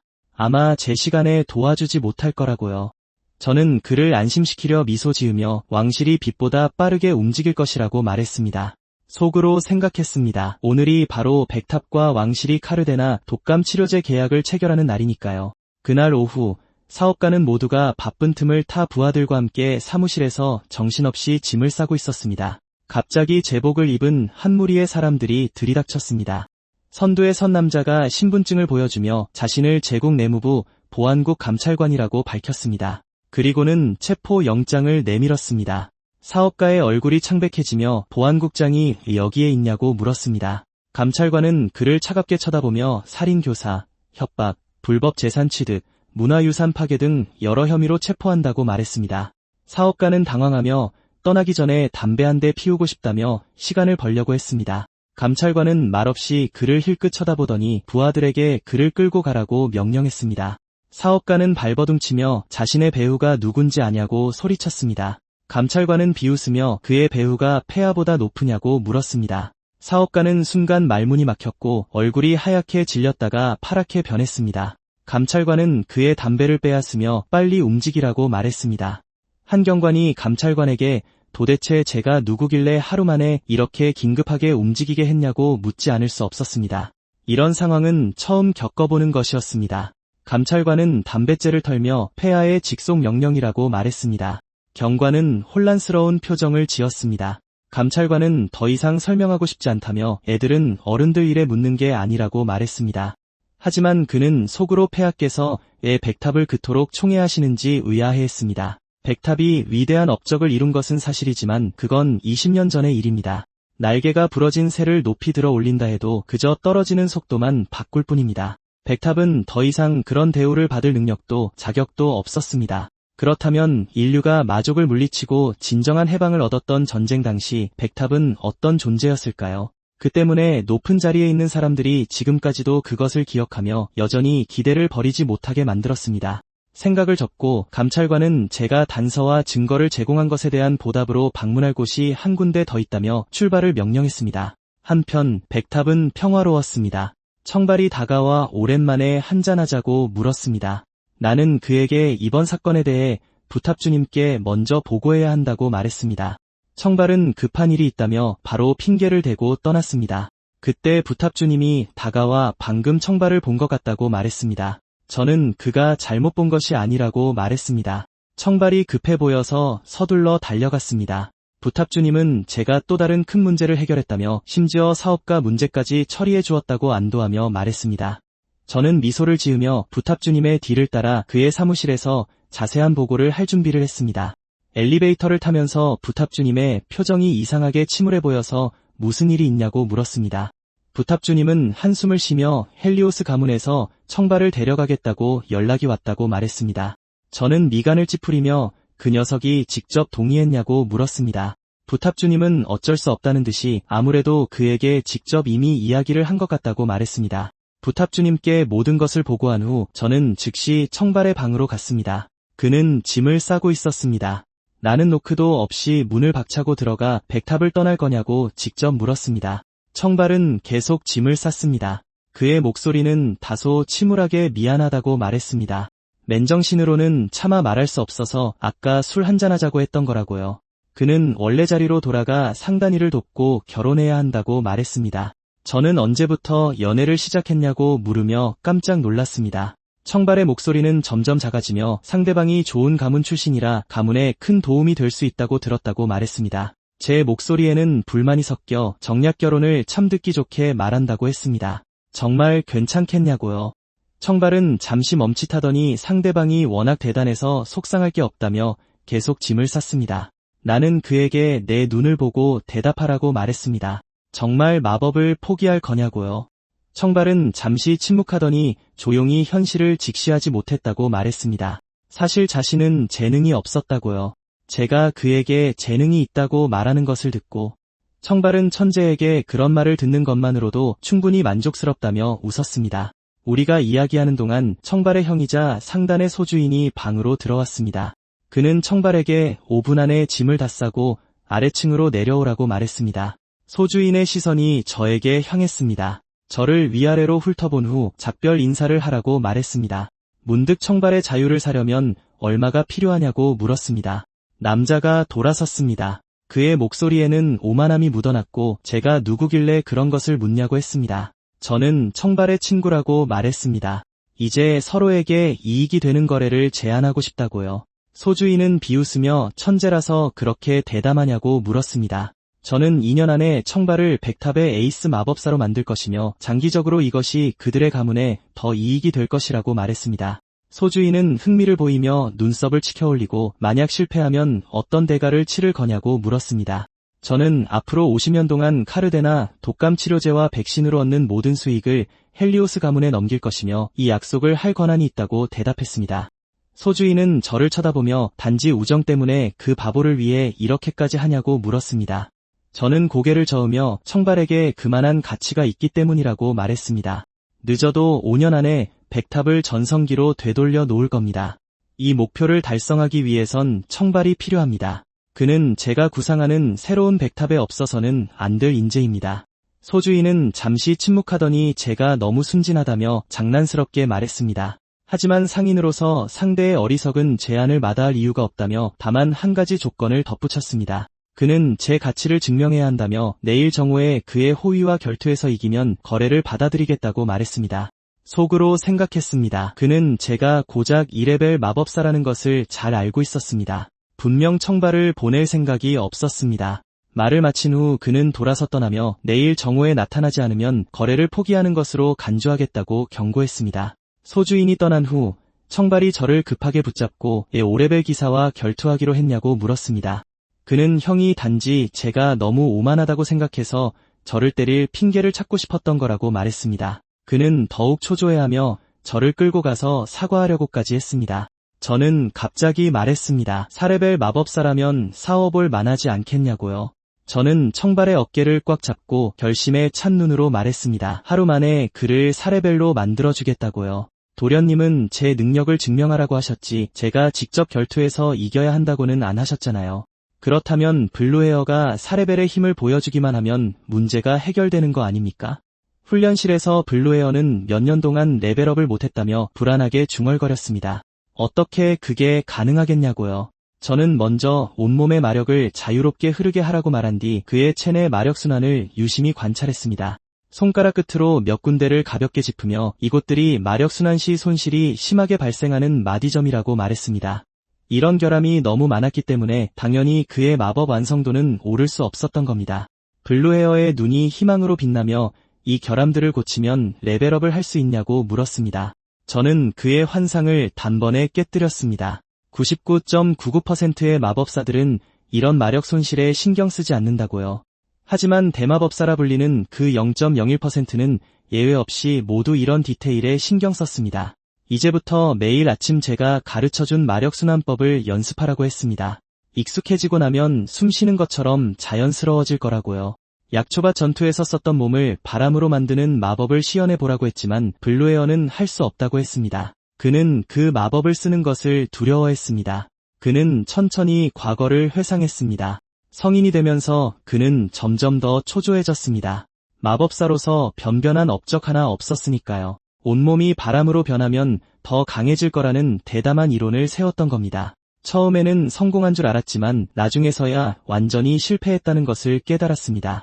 하반신이 완전히 바람으로 변한 후 그의 마력은 완전히 통제 불능이 되었습니다. 영혼이 수만 조각으로 부서지는 것 같았습니다. 만약 그때 탑주님께서 우연히 지나가지 않으셨다면 그는 그날 죽었을 겁니다.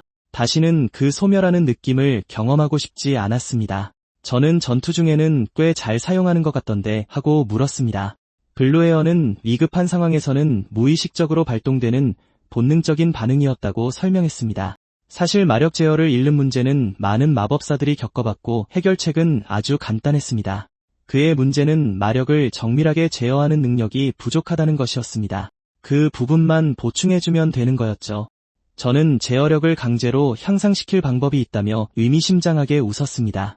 블루에어는 제가 바닥에 복잡한 문양을 그리는 것을 보며 악마와 계약하는 거냐고 물었습니다. 저는 정령을 소환하는 것이며 그의 몸에 바람의 정령을 이식해 마력을 안정시킬 거라고 답했습니다. 블루에어는 제 지시를 반신반의하며 따라 집중해서 소환을 시도했지만 아무 일도 일어나지 않았습니다. 저는 고개를 저으며 한숨을 쉬었습니다.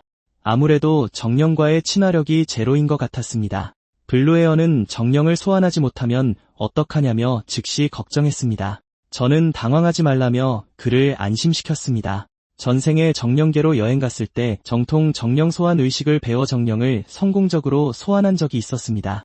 한번 성공했으니 분명히 다시 할 수 있을 겁니다. 어쨌든 저는 120년 만에 유일하게 정령 소환에 성공한 인간이었으니까요.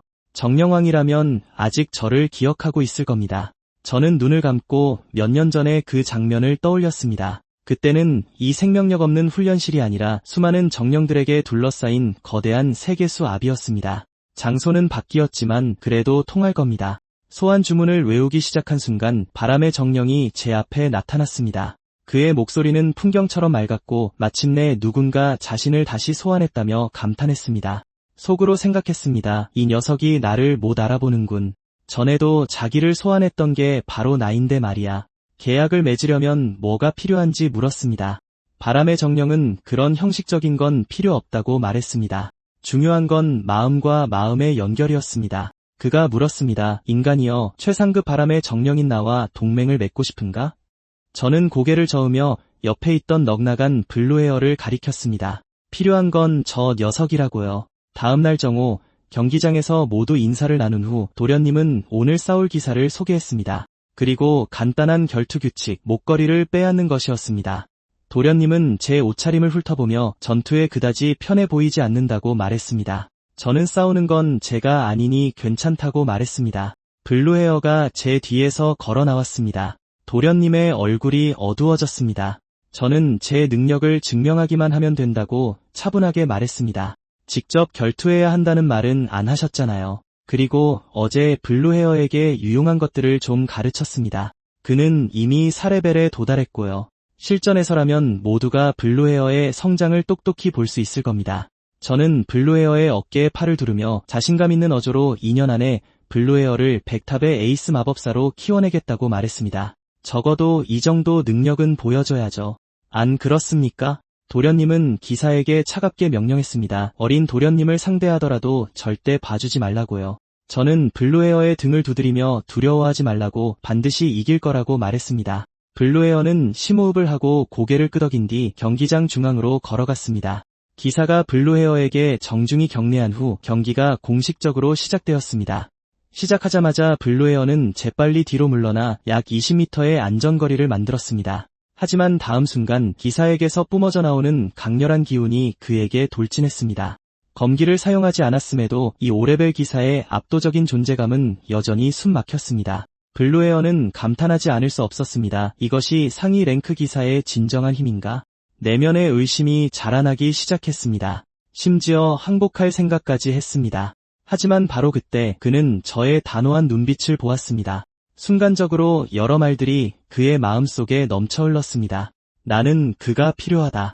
그는 새로운 백탑에 없어서는 안 될 인재다. 그가 없었다면 약초바 사건은 재앙으로 끝났을 것이다. 태어나서 처음으로 누군가가 이렇게까지 그를 필요로 했습니다. 그는 이 기대를 절대로 저버릴 수 없었습니다. 블루헤어의 눈에 투지가 다시 불타오르며 공격을 개시했습니다. 기사는 그의 공격을 막아내며 블루헤어의 성장이 이토록 클 줄은 예상하지 못한 듯했습니다. 그리고 저는 블루헤어가 이제 동시에 두 가지 마법을 구사하며 공격하는 동시에 상대의 반격을 무력화하고 있다는 것을 똑똑히 볼 수 있었습니다. 그런 기술은 정말 최상급의 공방일체였습니다. 하지만 기사의 눈에는 그저 볼만한 구경거리에 불과했습니다. 그의 눈빛이 날카로워지며 갑자기 블루헤어에게 돌진했습니다. 블루헤어는 깊이 생각할 틈이 없었습니다. 그는 즉시 몸 안에 바람의 정령을 활성화했습니다. 폭풍의 손바닥을 내지르자 옆에 있던 도련님은 블루헤어가 기사의 공격을 직접 막아내는 것을 믿을 수 없다는 듯 충격받은 표정이었습니다. 그는 제가 금지된 기술을 사용해 강제로 그를 강화시켰다고 속으로 의심했습니다. 저는 걱정할 필요 없다고 차분하게 대답했습니다. 제가 사용한 방법은 안전하고 합법적이었지만 도련님은 분명 저를 완전히 믿지 않았습니다. 그가 보기에 블루헤어의 약한 성격은 전투 마법사로서는 부적합했습니다. 결국 다치게 될 거라고요. 얌전히 상단을 관리하며 원망살일 없이 가족들 걱정도 덜어주고 또다시 자신의 마력에 집어삼켜지는 일이 없도록 하는 게 낫다는 거였죠. 나는 당연히 도련님이 무슨 생각을 하는지 몰랐지만 블루헤어를 믿었다. 도련님은 블루헤어가 명백히 불리한 상황이라며 말을 멈췄다. 나는 속으로 생각했다. 진짜는 아직 시작도 안 했다고. 어젯밤 훈련실에서 블루헤어는 정령 이식을 마쳤다. 그는 아직 심리적 트라우마를 완전히 극복하지 못해서 마음대로 몸을 바람으로 바꿀 수 없다고 말했다. 그는 이 상태로는 이길 수 없을까봐 걱정했지만 나는 인드워커의 능력은 단순히 바람으로 변하는 것 이상이라고 말했다. 그 진정한 필살기는 동화였다. 이것만 활용할 수 있다면 절대적인 승리를 거둘 수 있었다. 그의 몸에 닿는 모든 것, 옷, 무기, 심지어 주운 물건까지 그와 함께 바람으로 변할 수 있었다. 대결이란 마지막까지 비장의 수를 숨기는 법이다. 어차피 전술로 이기는 게 더 재미있는 법이니까. 다시 경기장, 불리한 상황에 처한 블루헤어는 이제 준비가 끝났다. 다음 순간 그의 온몸이 순식간에 수많은 기류로 변했다. 그의 모습은 바람처럼 기사의 몸을 통과했다. 그가 기사의 팔을 스쳐 지나가는 순간 그의 손가락 끝이 정확하게 목걸이를 낚아챘다. 그가 착지하자 기류는 순식간에 사라지고 블루헤어는 인간의 모습으로 돌아왔다. 손에 든 목걸이를 보며 블루헤어는 신나게 웃으며 환호했다. 도련님은 벌떡 일어섰고 그의 마음속에는 충격의 파도가 몰아쳤다.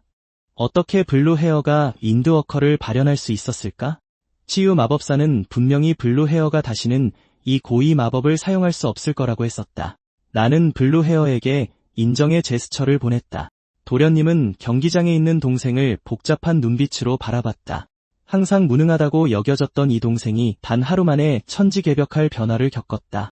그는 잠시 침묵하더니 천천히 내가 졌소라는 말을 내뱉었다. 그러고는 기사와 함께 우리에게 작별 인사를 했고 그의 말투는 유난히 부드러웠으며 앞으로 동생을 잘 부탁한다고 했다. 그는 어색하게 칭찬했다. 블루헤어가 눈에 띄게 성장했다고. 아무 반응 없이 서 있는 블루헤어를 보고 그는 못 들었으면 됐다며 손을 흔들고는 몸을 돌려 떠났다. 나는 블루헤어를 쳐다봤다. 그는 일부러 못 들은 척한 게 분명했다. 이것이 그들 형제만의 서투른 온기였다. 그날 저녁 나는 블루헤어를 백탑 깊숙한 곳으로 데려갔다. 그는 눈앞에 불길한 돌문을 보며 전혀 훈련실 같지 않다며 거부감 가득한 얼굴로 말했다. 누가 봐도 지하 감옥이었다. 나는 솔직하게 수백 년 전 이곳이 실제로 지하 감옥이었다고 인정했다. 블루헤어는 자기는 잘못한 게 없는데 왜 훈련을 위해 갇혀야 하냐며 울부짖었다. 나는 이것이 부탑주님의 명령이며 사레벨로 올라선 후 그의 마법 변화와 새롭게 다른 기술들은 정리하고 적응할 시간이 필요하고 이 기회에 정령과 유대를 쌓을 수도 있다고 말했다. 블루헤어는 고개를 숙이며 말은 되지만 여전히 내키지 않는 표정이었다. 사실 감금 훈련은 나의 요청이었다. 부탑주님이 직접 명령한 것은 아니었지만 이것은 블루헤어에게 꼭 필요한 일이었다. 폐쇄된 환경에서만 그는 심리적 트라우마를 완전히 극복하고 인드워커와 정령의 힘을 완벽하게 마스터할 수 있었다. 내 요청을 승인한 후 부탑주님은 도련님이 백탑이 헬리오스 상단의 물류망을 무료로 사용하게 해줬다고 말했다. 백탑이 부활하면 에이스 마법사 블루헤어를 둔 헬리오스 가문이 얻을 이익은 상상을 초월할 것이다.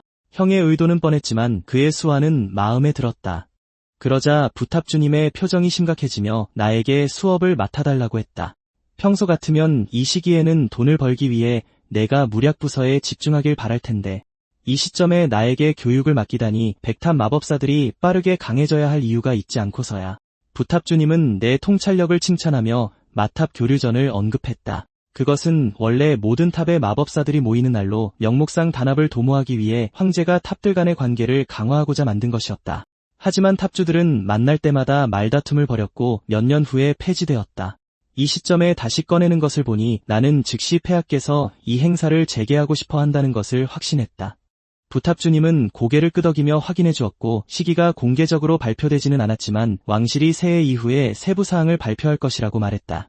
그는 또한 최근 적탑이 상당히 경계하고 있다고 걱정스럽게 언급했다. 나는 속으로 비웃었다.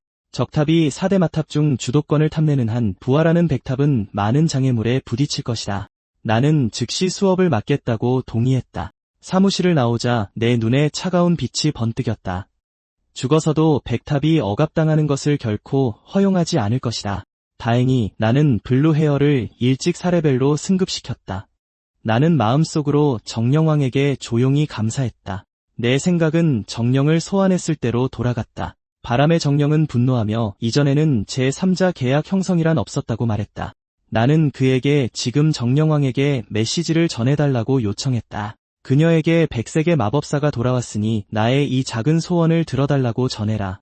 이 말을 듣고 바람의 정령은 즉시 눈살을 찌푸리며 나를 꾸짖었다.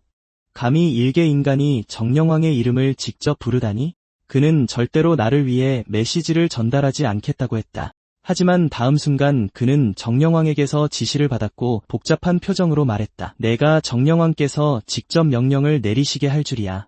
그는 또한 정령왕께서 하급 정령 이식을 허락하셨다고 말했다. 나는 별다른 설명 없이 그저 미소 지으며 그에게 감사했다. 며칠 후 특별강의 개설 공지를 들고 나는 백탑 본관의 강의실에 도착했다. 들어서면서 나는 참석한 학생들을 훑어봤다. 한 학생이 혼란스러워하며 이 수업은 3레벨 이하만 들을 수 있냐고 물었다. 근처 학생이 이것은 기초 마법 수업이고 중급 마법사 선배들은 모두 꽤 바쁘다고 설명했다. 다른 누군가는 부탑주님이 직접 강사를 초빙했고 수업도 본관에서 열린다니 백탑이 정말 발전하고 있다고 말했다. 이곳은 예전에 왕실 참관 세미나가 열리던 곳이었다. 누군가 강사가 얼마나 대단할지 기대에 가득 차 끼어들었다. 바로 그때 오만한 목소리가 울려 퍼졌다. 백작의 아들이 그저 사용하지 않는 강의실을 빌려주는 것뿐이라고 말했다. 호들갑 떨 필요 없다고. 근처 학생이 백탑이 우리에게 투자하는 것은 드문 일이니 너무 부정적으로 굴지 말라고 그를 재촉했다. 하지만 백작의 아들은 비웃으며 정말 투자한다면 다른 탑들처럼 고위급 응용 강의를 준비하지 기초 마법 재해석 따위는 하지 않을 거라고 말했다. 그는 또한 이 강의가 정말 그렇게 좋다면 그 오만한 2레벨 천재가 몸소 행차해야 할 것이라고 말했다. 나는 손을 들어 침묵 마법을 걸어 그들의 잡담을 중단시킨 후 단상 중앙으로 걸어가 오늘부터 기초 마법 재해석 강의를 가르칠 강사라고 나를 소개했다. 강사가 나라는 걸 알게 되면 몇몇 사람들은 실망할 수도 있다는 것을 알고 있었다. 그들은 또한 내가 그들의 뒷담화가 두려워 침묵 마법을 썼다고 추측할 수도 있겠지만 나는 신경 쓰지 않았다. 나는 만약 그들이 자신의 능력이 더 이상 다듬을 필요가 없다는 것을 증명할 수 있다면 떠나도 좋다고 말했다. 하지만 10분의 시간 제한 내에 그들은 나에게 한 문장을 말해야 했다. 그럼 이 반의 실력을 한번 볼까? 몇몇 학생들은 깊은 생각에 잠겼다. 몇몇은 좌절한 표정이었지만 백작의 아들은 완전히 침착해 보였다. 10분은 금방 지나갔다. 나는 아무도 성공하지 못했냐고 물었다. 백작의 아들이 일어서서 해결했다며 의기양양한 미소를 지었다. 나는 이 녀석이 백작의 아들임을 알아보고 눈썹을 치켜올린 뒤 손가락을 튕겨 마법을 취소하고 오직 백작의 아들만이 시험을 통과했다고 발표했다. 백작의 아들은 늠름하게 서서 자랑스러운 어조로 수업을 빠져도 되냐고 물었다. 나는 선뜻 동의했고 그는 오히려 얼어붙으며 짜증을 냈다. 나는 그의 생각을 꿰뚫어 보았다. 이 녀석은 분명히 수업 내용이 궁금했지만 너무 고집이 세서 물러서지 못했다. 그가 유일하게 시험을 통과했으니 보상을 주겠다며 단상으로 올라오라고 한 뒤 가장 좋아하는 기초 마법이 무엇인지 물었다. 그가 윈드 블레이드라고 말했어. 나는 그에게 지금 시전하라고 했지. 그가 이 정도면 괜찮냐고 묻자 여러 개의 청록색 인드 블레이드가 그의 주위를 맴돌았어. 나는 고개를 끄덕이며 오늘 수업은 인드 블레이드에 관한 것이라고 말했지. 그는 그 자리에서 얼어붙더니 자신의 주위에 떠다니는 마력이 보이지 않냐며 불만을 드러냈어. 나는 손을 뻗어 그의 윈드 블레이드를 부숴버리며 기껏해야 2가지 문제가 있는 반쪽짜리라고 말했지. 나는 천천히 걸으며 물은 고여 있어도 물이고 불은 흔들려도 불이지만 바람은 흘러야 비로소 바람이라 불린다고 내 목소리가 모두의 귀에 똑똑히 들리도록 말했어. 그가 만든 건 인드 블레이드가 아니야. 엄밀히 말하면 고인 물이 썩는 것처럼 이건 에어 블레이드였지. 흐르지 않는 바람 마법은 쉽게 무너져. 백탑은 바람을 다루는 곳, 즉 우리의 마법은 멈추지 않아야 하며 그렇지 않으면 방금처럼 너무 취약해서 파괴될 거야. 그는 참지 못하고 두 번째 문제에 대해 물었어. 나는 그가 시전할 때 불필요한 마력을 너무 많이 소모했다고 말해줬지. 낭비되는 부분을 아끼면 인드 블레이드의 위력과 안정성이 크게 향상될 거야. 나는 그가 대대로 백탑의 고위 마법사를 배출한 가문 출신이니 어릴 적부터 가족들이 마법을 수련하는 것을 보고 그들의 시전을 흉내냈을 거라고 언급했어. 정식으로 배우기 전에 어려운 인드 블레이드를 흉내내는 건 쉽지 않았을 테지. 몇 년 전 과도한 마력을 써서 겨우 성공했을 것이고 이 습관이 지금까지 이어진 거야. 그에게는 힘을 과하게 쓰는 것이 통용되는 방법이었던 거지. 이 문제들을 고치면 완벽한 인드 블레이드가 탄생할 수 있어. 설명을 마친 후 나는 고개를 저으며 이렇게 우수한 학생이 수업에 참여하지 않는다니 아쉽다고 말했지. 그의 뺨이 붉어지며 그는 어색하게 돌아서 자기 자리로 돌아갔어. 나는 그의 뒷모습을 보며 작게 웃었지. 3주 후 백탑 본관 라운지에서 많은 사람들이 내가 백탑의 황금 강사가 된 것에 대해 조용히 이야기하고 있었어. 매 수업이 꽉 차고 심지어 4, 5레벨 선배들까지 청강하러 온다고 말이야. 듣고 나니 마법 수련에 정말 도움이 된다고들 했지. 수업 시작 3시간 전 친구에게 청강하러 가자고 제안했어. 그리고 그들이 일어나자 라운지 전체에 있던 모든 사람이 일어났지. 모두가 강의실로 달려가 재빨리 자리를 잡았어. 주위를 둘러보니 심지어 노란머리 장로님도 와 계셨지. 수업 시간이 거의 다 되었을 때 내가 마침내 나타나 모두 제 시간에 도착했다고 말했어. 오늘 배울 마법은 매우 중요해. 백탑의 마법사로서 가장 신중하게 생각해야 할 것은 바람 마법이야. 이것은 기본 중의 기본이지. 누군가 조용히 불평했어. 백탑 소속이 아닌 사람도 쓸 수 있는 그런 널리 알려진 기본 마법을 가르치는 건 순전히 시간 낭비라고.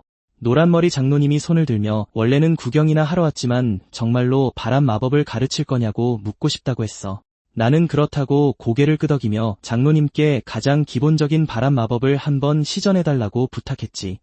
장로님이 손을 들자 강력한 기류가 호련히 나타나 타는 듯한 열기를 품고 모두를 휩쓸고 지나갔어. 그러고 나서 나는 구석에 있는 연약해 보이는 소녀를 보며 그녀에게도 가장 기본적인 바람 마법을 시전해달라고 했지. 그녀가 손을 들어 바람 마법을 시전하자 부드러운 기류가 천천히 피어올랐어. 학생들은 감탄하며 얼굴에 봄바람이 스치는 것 같다고 말했지. 나는 두 사람의 마법의 차이점을 알아챈 사람이 있냐고 물었어. 모두가 그 질문에 대답했지. 듣고 나서 나는 만족스럽게 고개를 끄덕이며 포니테일이 정답을 맞췄다고 말했어. 나는 포니테일이 말한 대로 두 사람의 마법 구성은 본질적으로 완전히 다르다고 설명을 이어갔어. 주문 공식, 구조, 전개 과정은 동일했지만 하나는 사막처럼 뜨거웠고 다른 하나는 봄바람처럼 따뜻했지. 이 차이는 믿기 어려울 정도로 컸어. 이어서 나는 4대 마법 체계를 소개하며 설명했고 왜 백탑과 청탑이 조화 계열로 분류되는지 아는 사람 있냐고 물었어. 누군가 속성 특성 때문이라고 말했지. 나는 고개를 끄덕인 후 적탑과 황탑은 강하고 빠르지만 조화를 이룰 수 없다고 말했어. 세상에 차가운 불꽃이나 번개는 없지만 바람과 물은 무한히 차가워지거나 뜨거워질 수 있기 때문이야. 이것이 우리가 조화 계열을 대표하는 이유지. 그러고 나서 나는 예를 들었어. 물을 끓이는 조건은 간단해. 섭씨 100도의 열과 약간의 시간이면 돼. 뜨거운 바람을 만드는 건 훨씬 더 간단해. 바람은 주변 환경에 더 쉽게 동화되니까. 내가 손을 들어 시전하자 두 개의 기류가 즉시 학생들 옆에 나타났어. 하나는 용암처럼 뜨거웠고 하나는 얼음처럼 차가웠지.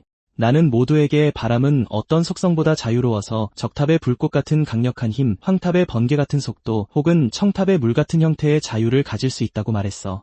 그것은 마법사의 상상에 따라 수천 가지의 성질을 담을 수 있고 세상의 모든 것을 조화롭게 포용할 수 있는 유일한 속성이야. 그러므로 백탑의 마법사로서 그들은 먼저 바람에 대한 자신들의 이해와 통찰을 인지해야만 해. 이것이 오늘 수업의 핵심이었지. 노란머리 장로님이 갑자기 중얼거렸고 그의 시선은 심오해졌어. 나는 그를 깨우려는 학생들을 즉시 막으며 모두 뒤로 물러서서 절대로 장로님의 깨달음을 방해하지 말라고 했지. 한 학생이 걱정스럽게 장로님을 쳐다봤어. 나는 조용히 이것이 각성의 순간이라고 설명하며 모두에게 조용히 하라고 신호를 보냈어. 잠시 후 노란머리 장로님이 눈을 떴어. 그의 주변 마력 기운이 더욱 응축되고 심오해졌지. 그의 얼굴에는 흥분된 미소가 떠올랐고 그는 일어나 나를 꽉 껴안으며 심지어 스승님이라고 부르며 거듭 감사 인사를 했어. 나는 장로님의 등을 토닥이며 그분 덕분에 앞으로의 수업이 더 순조롭게 진행되겠다고 속으로 생각했지. 어쨌든 장로님보다 낮은 직급의 사람들은 더 이상 문제를 일으키지 않을 것이고 더 큰 수확은 포니테일이었어. 나는 원래 주인의 일기장에 기록된 또 다른 문제 인물을 성공적으로 변화시킨 거야. 다음 날 아침 나는 미래혁신 훈련실에 왔어. 어제 포니테일이 먼저 나를 찾아와 이 장소가 흥미롭다고 말했거든. 내가 이 훈련실에 대해 들어본 적이 없다는 걸 알자 그녀는 또다시 나를 쓰레기 보듯 쳐다봤지. 그래서 나는 직접 조사해보기로 했어.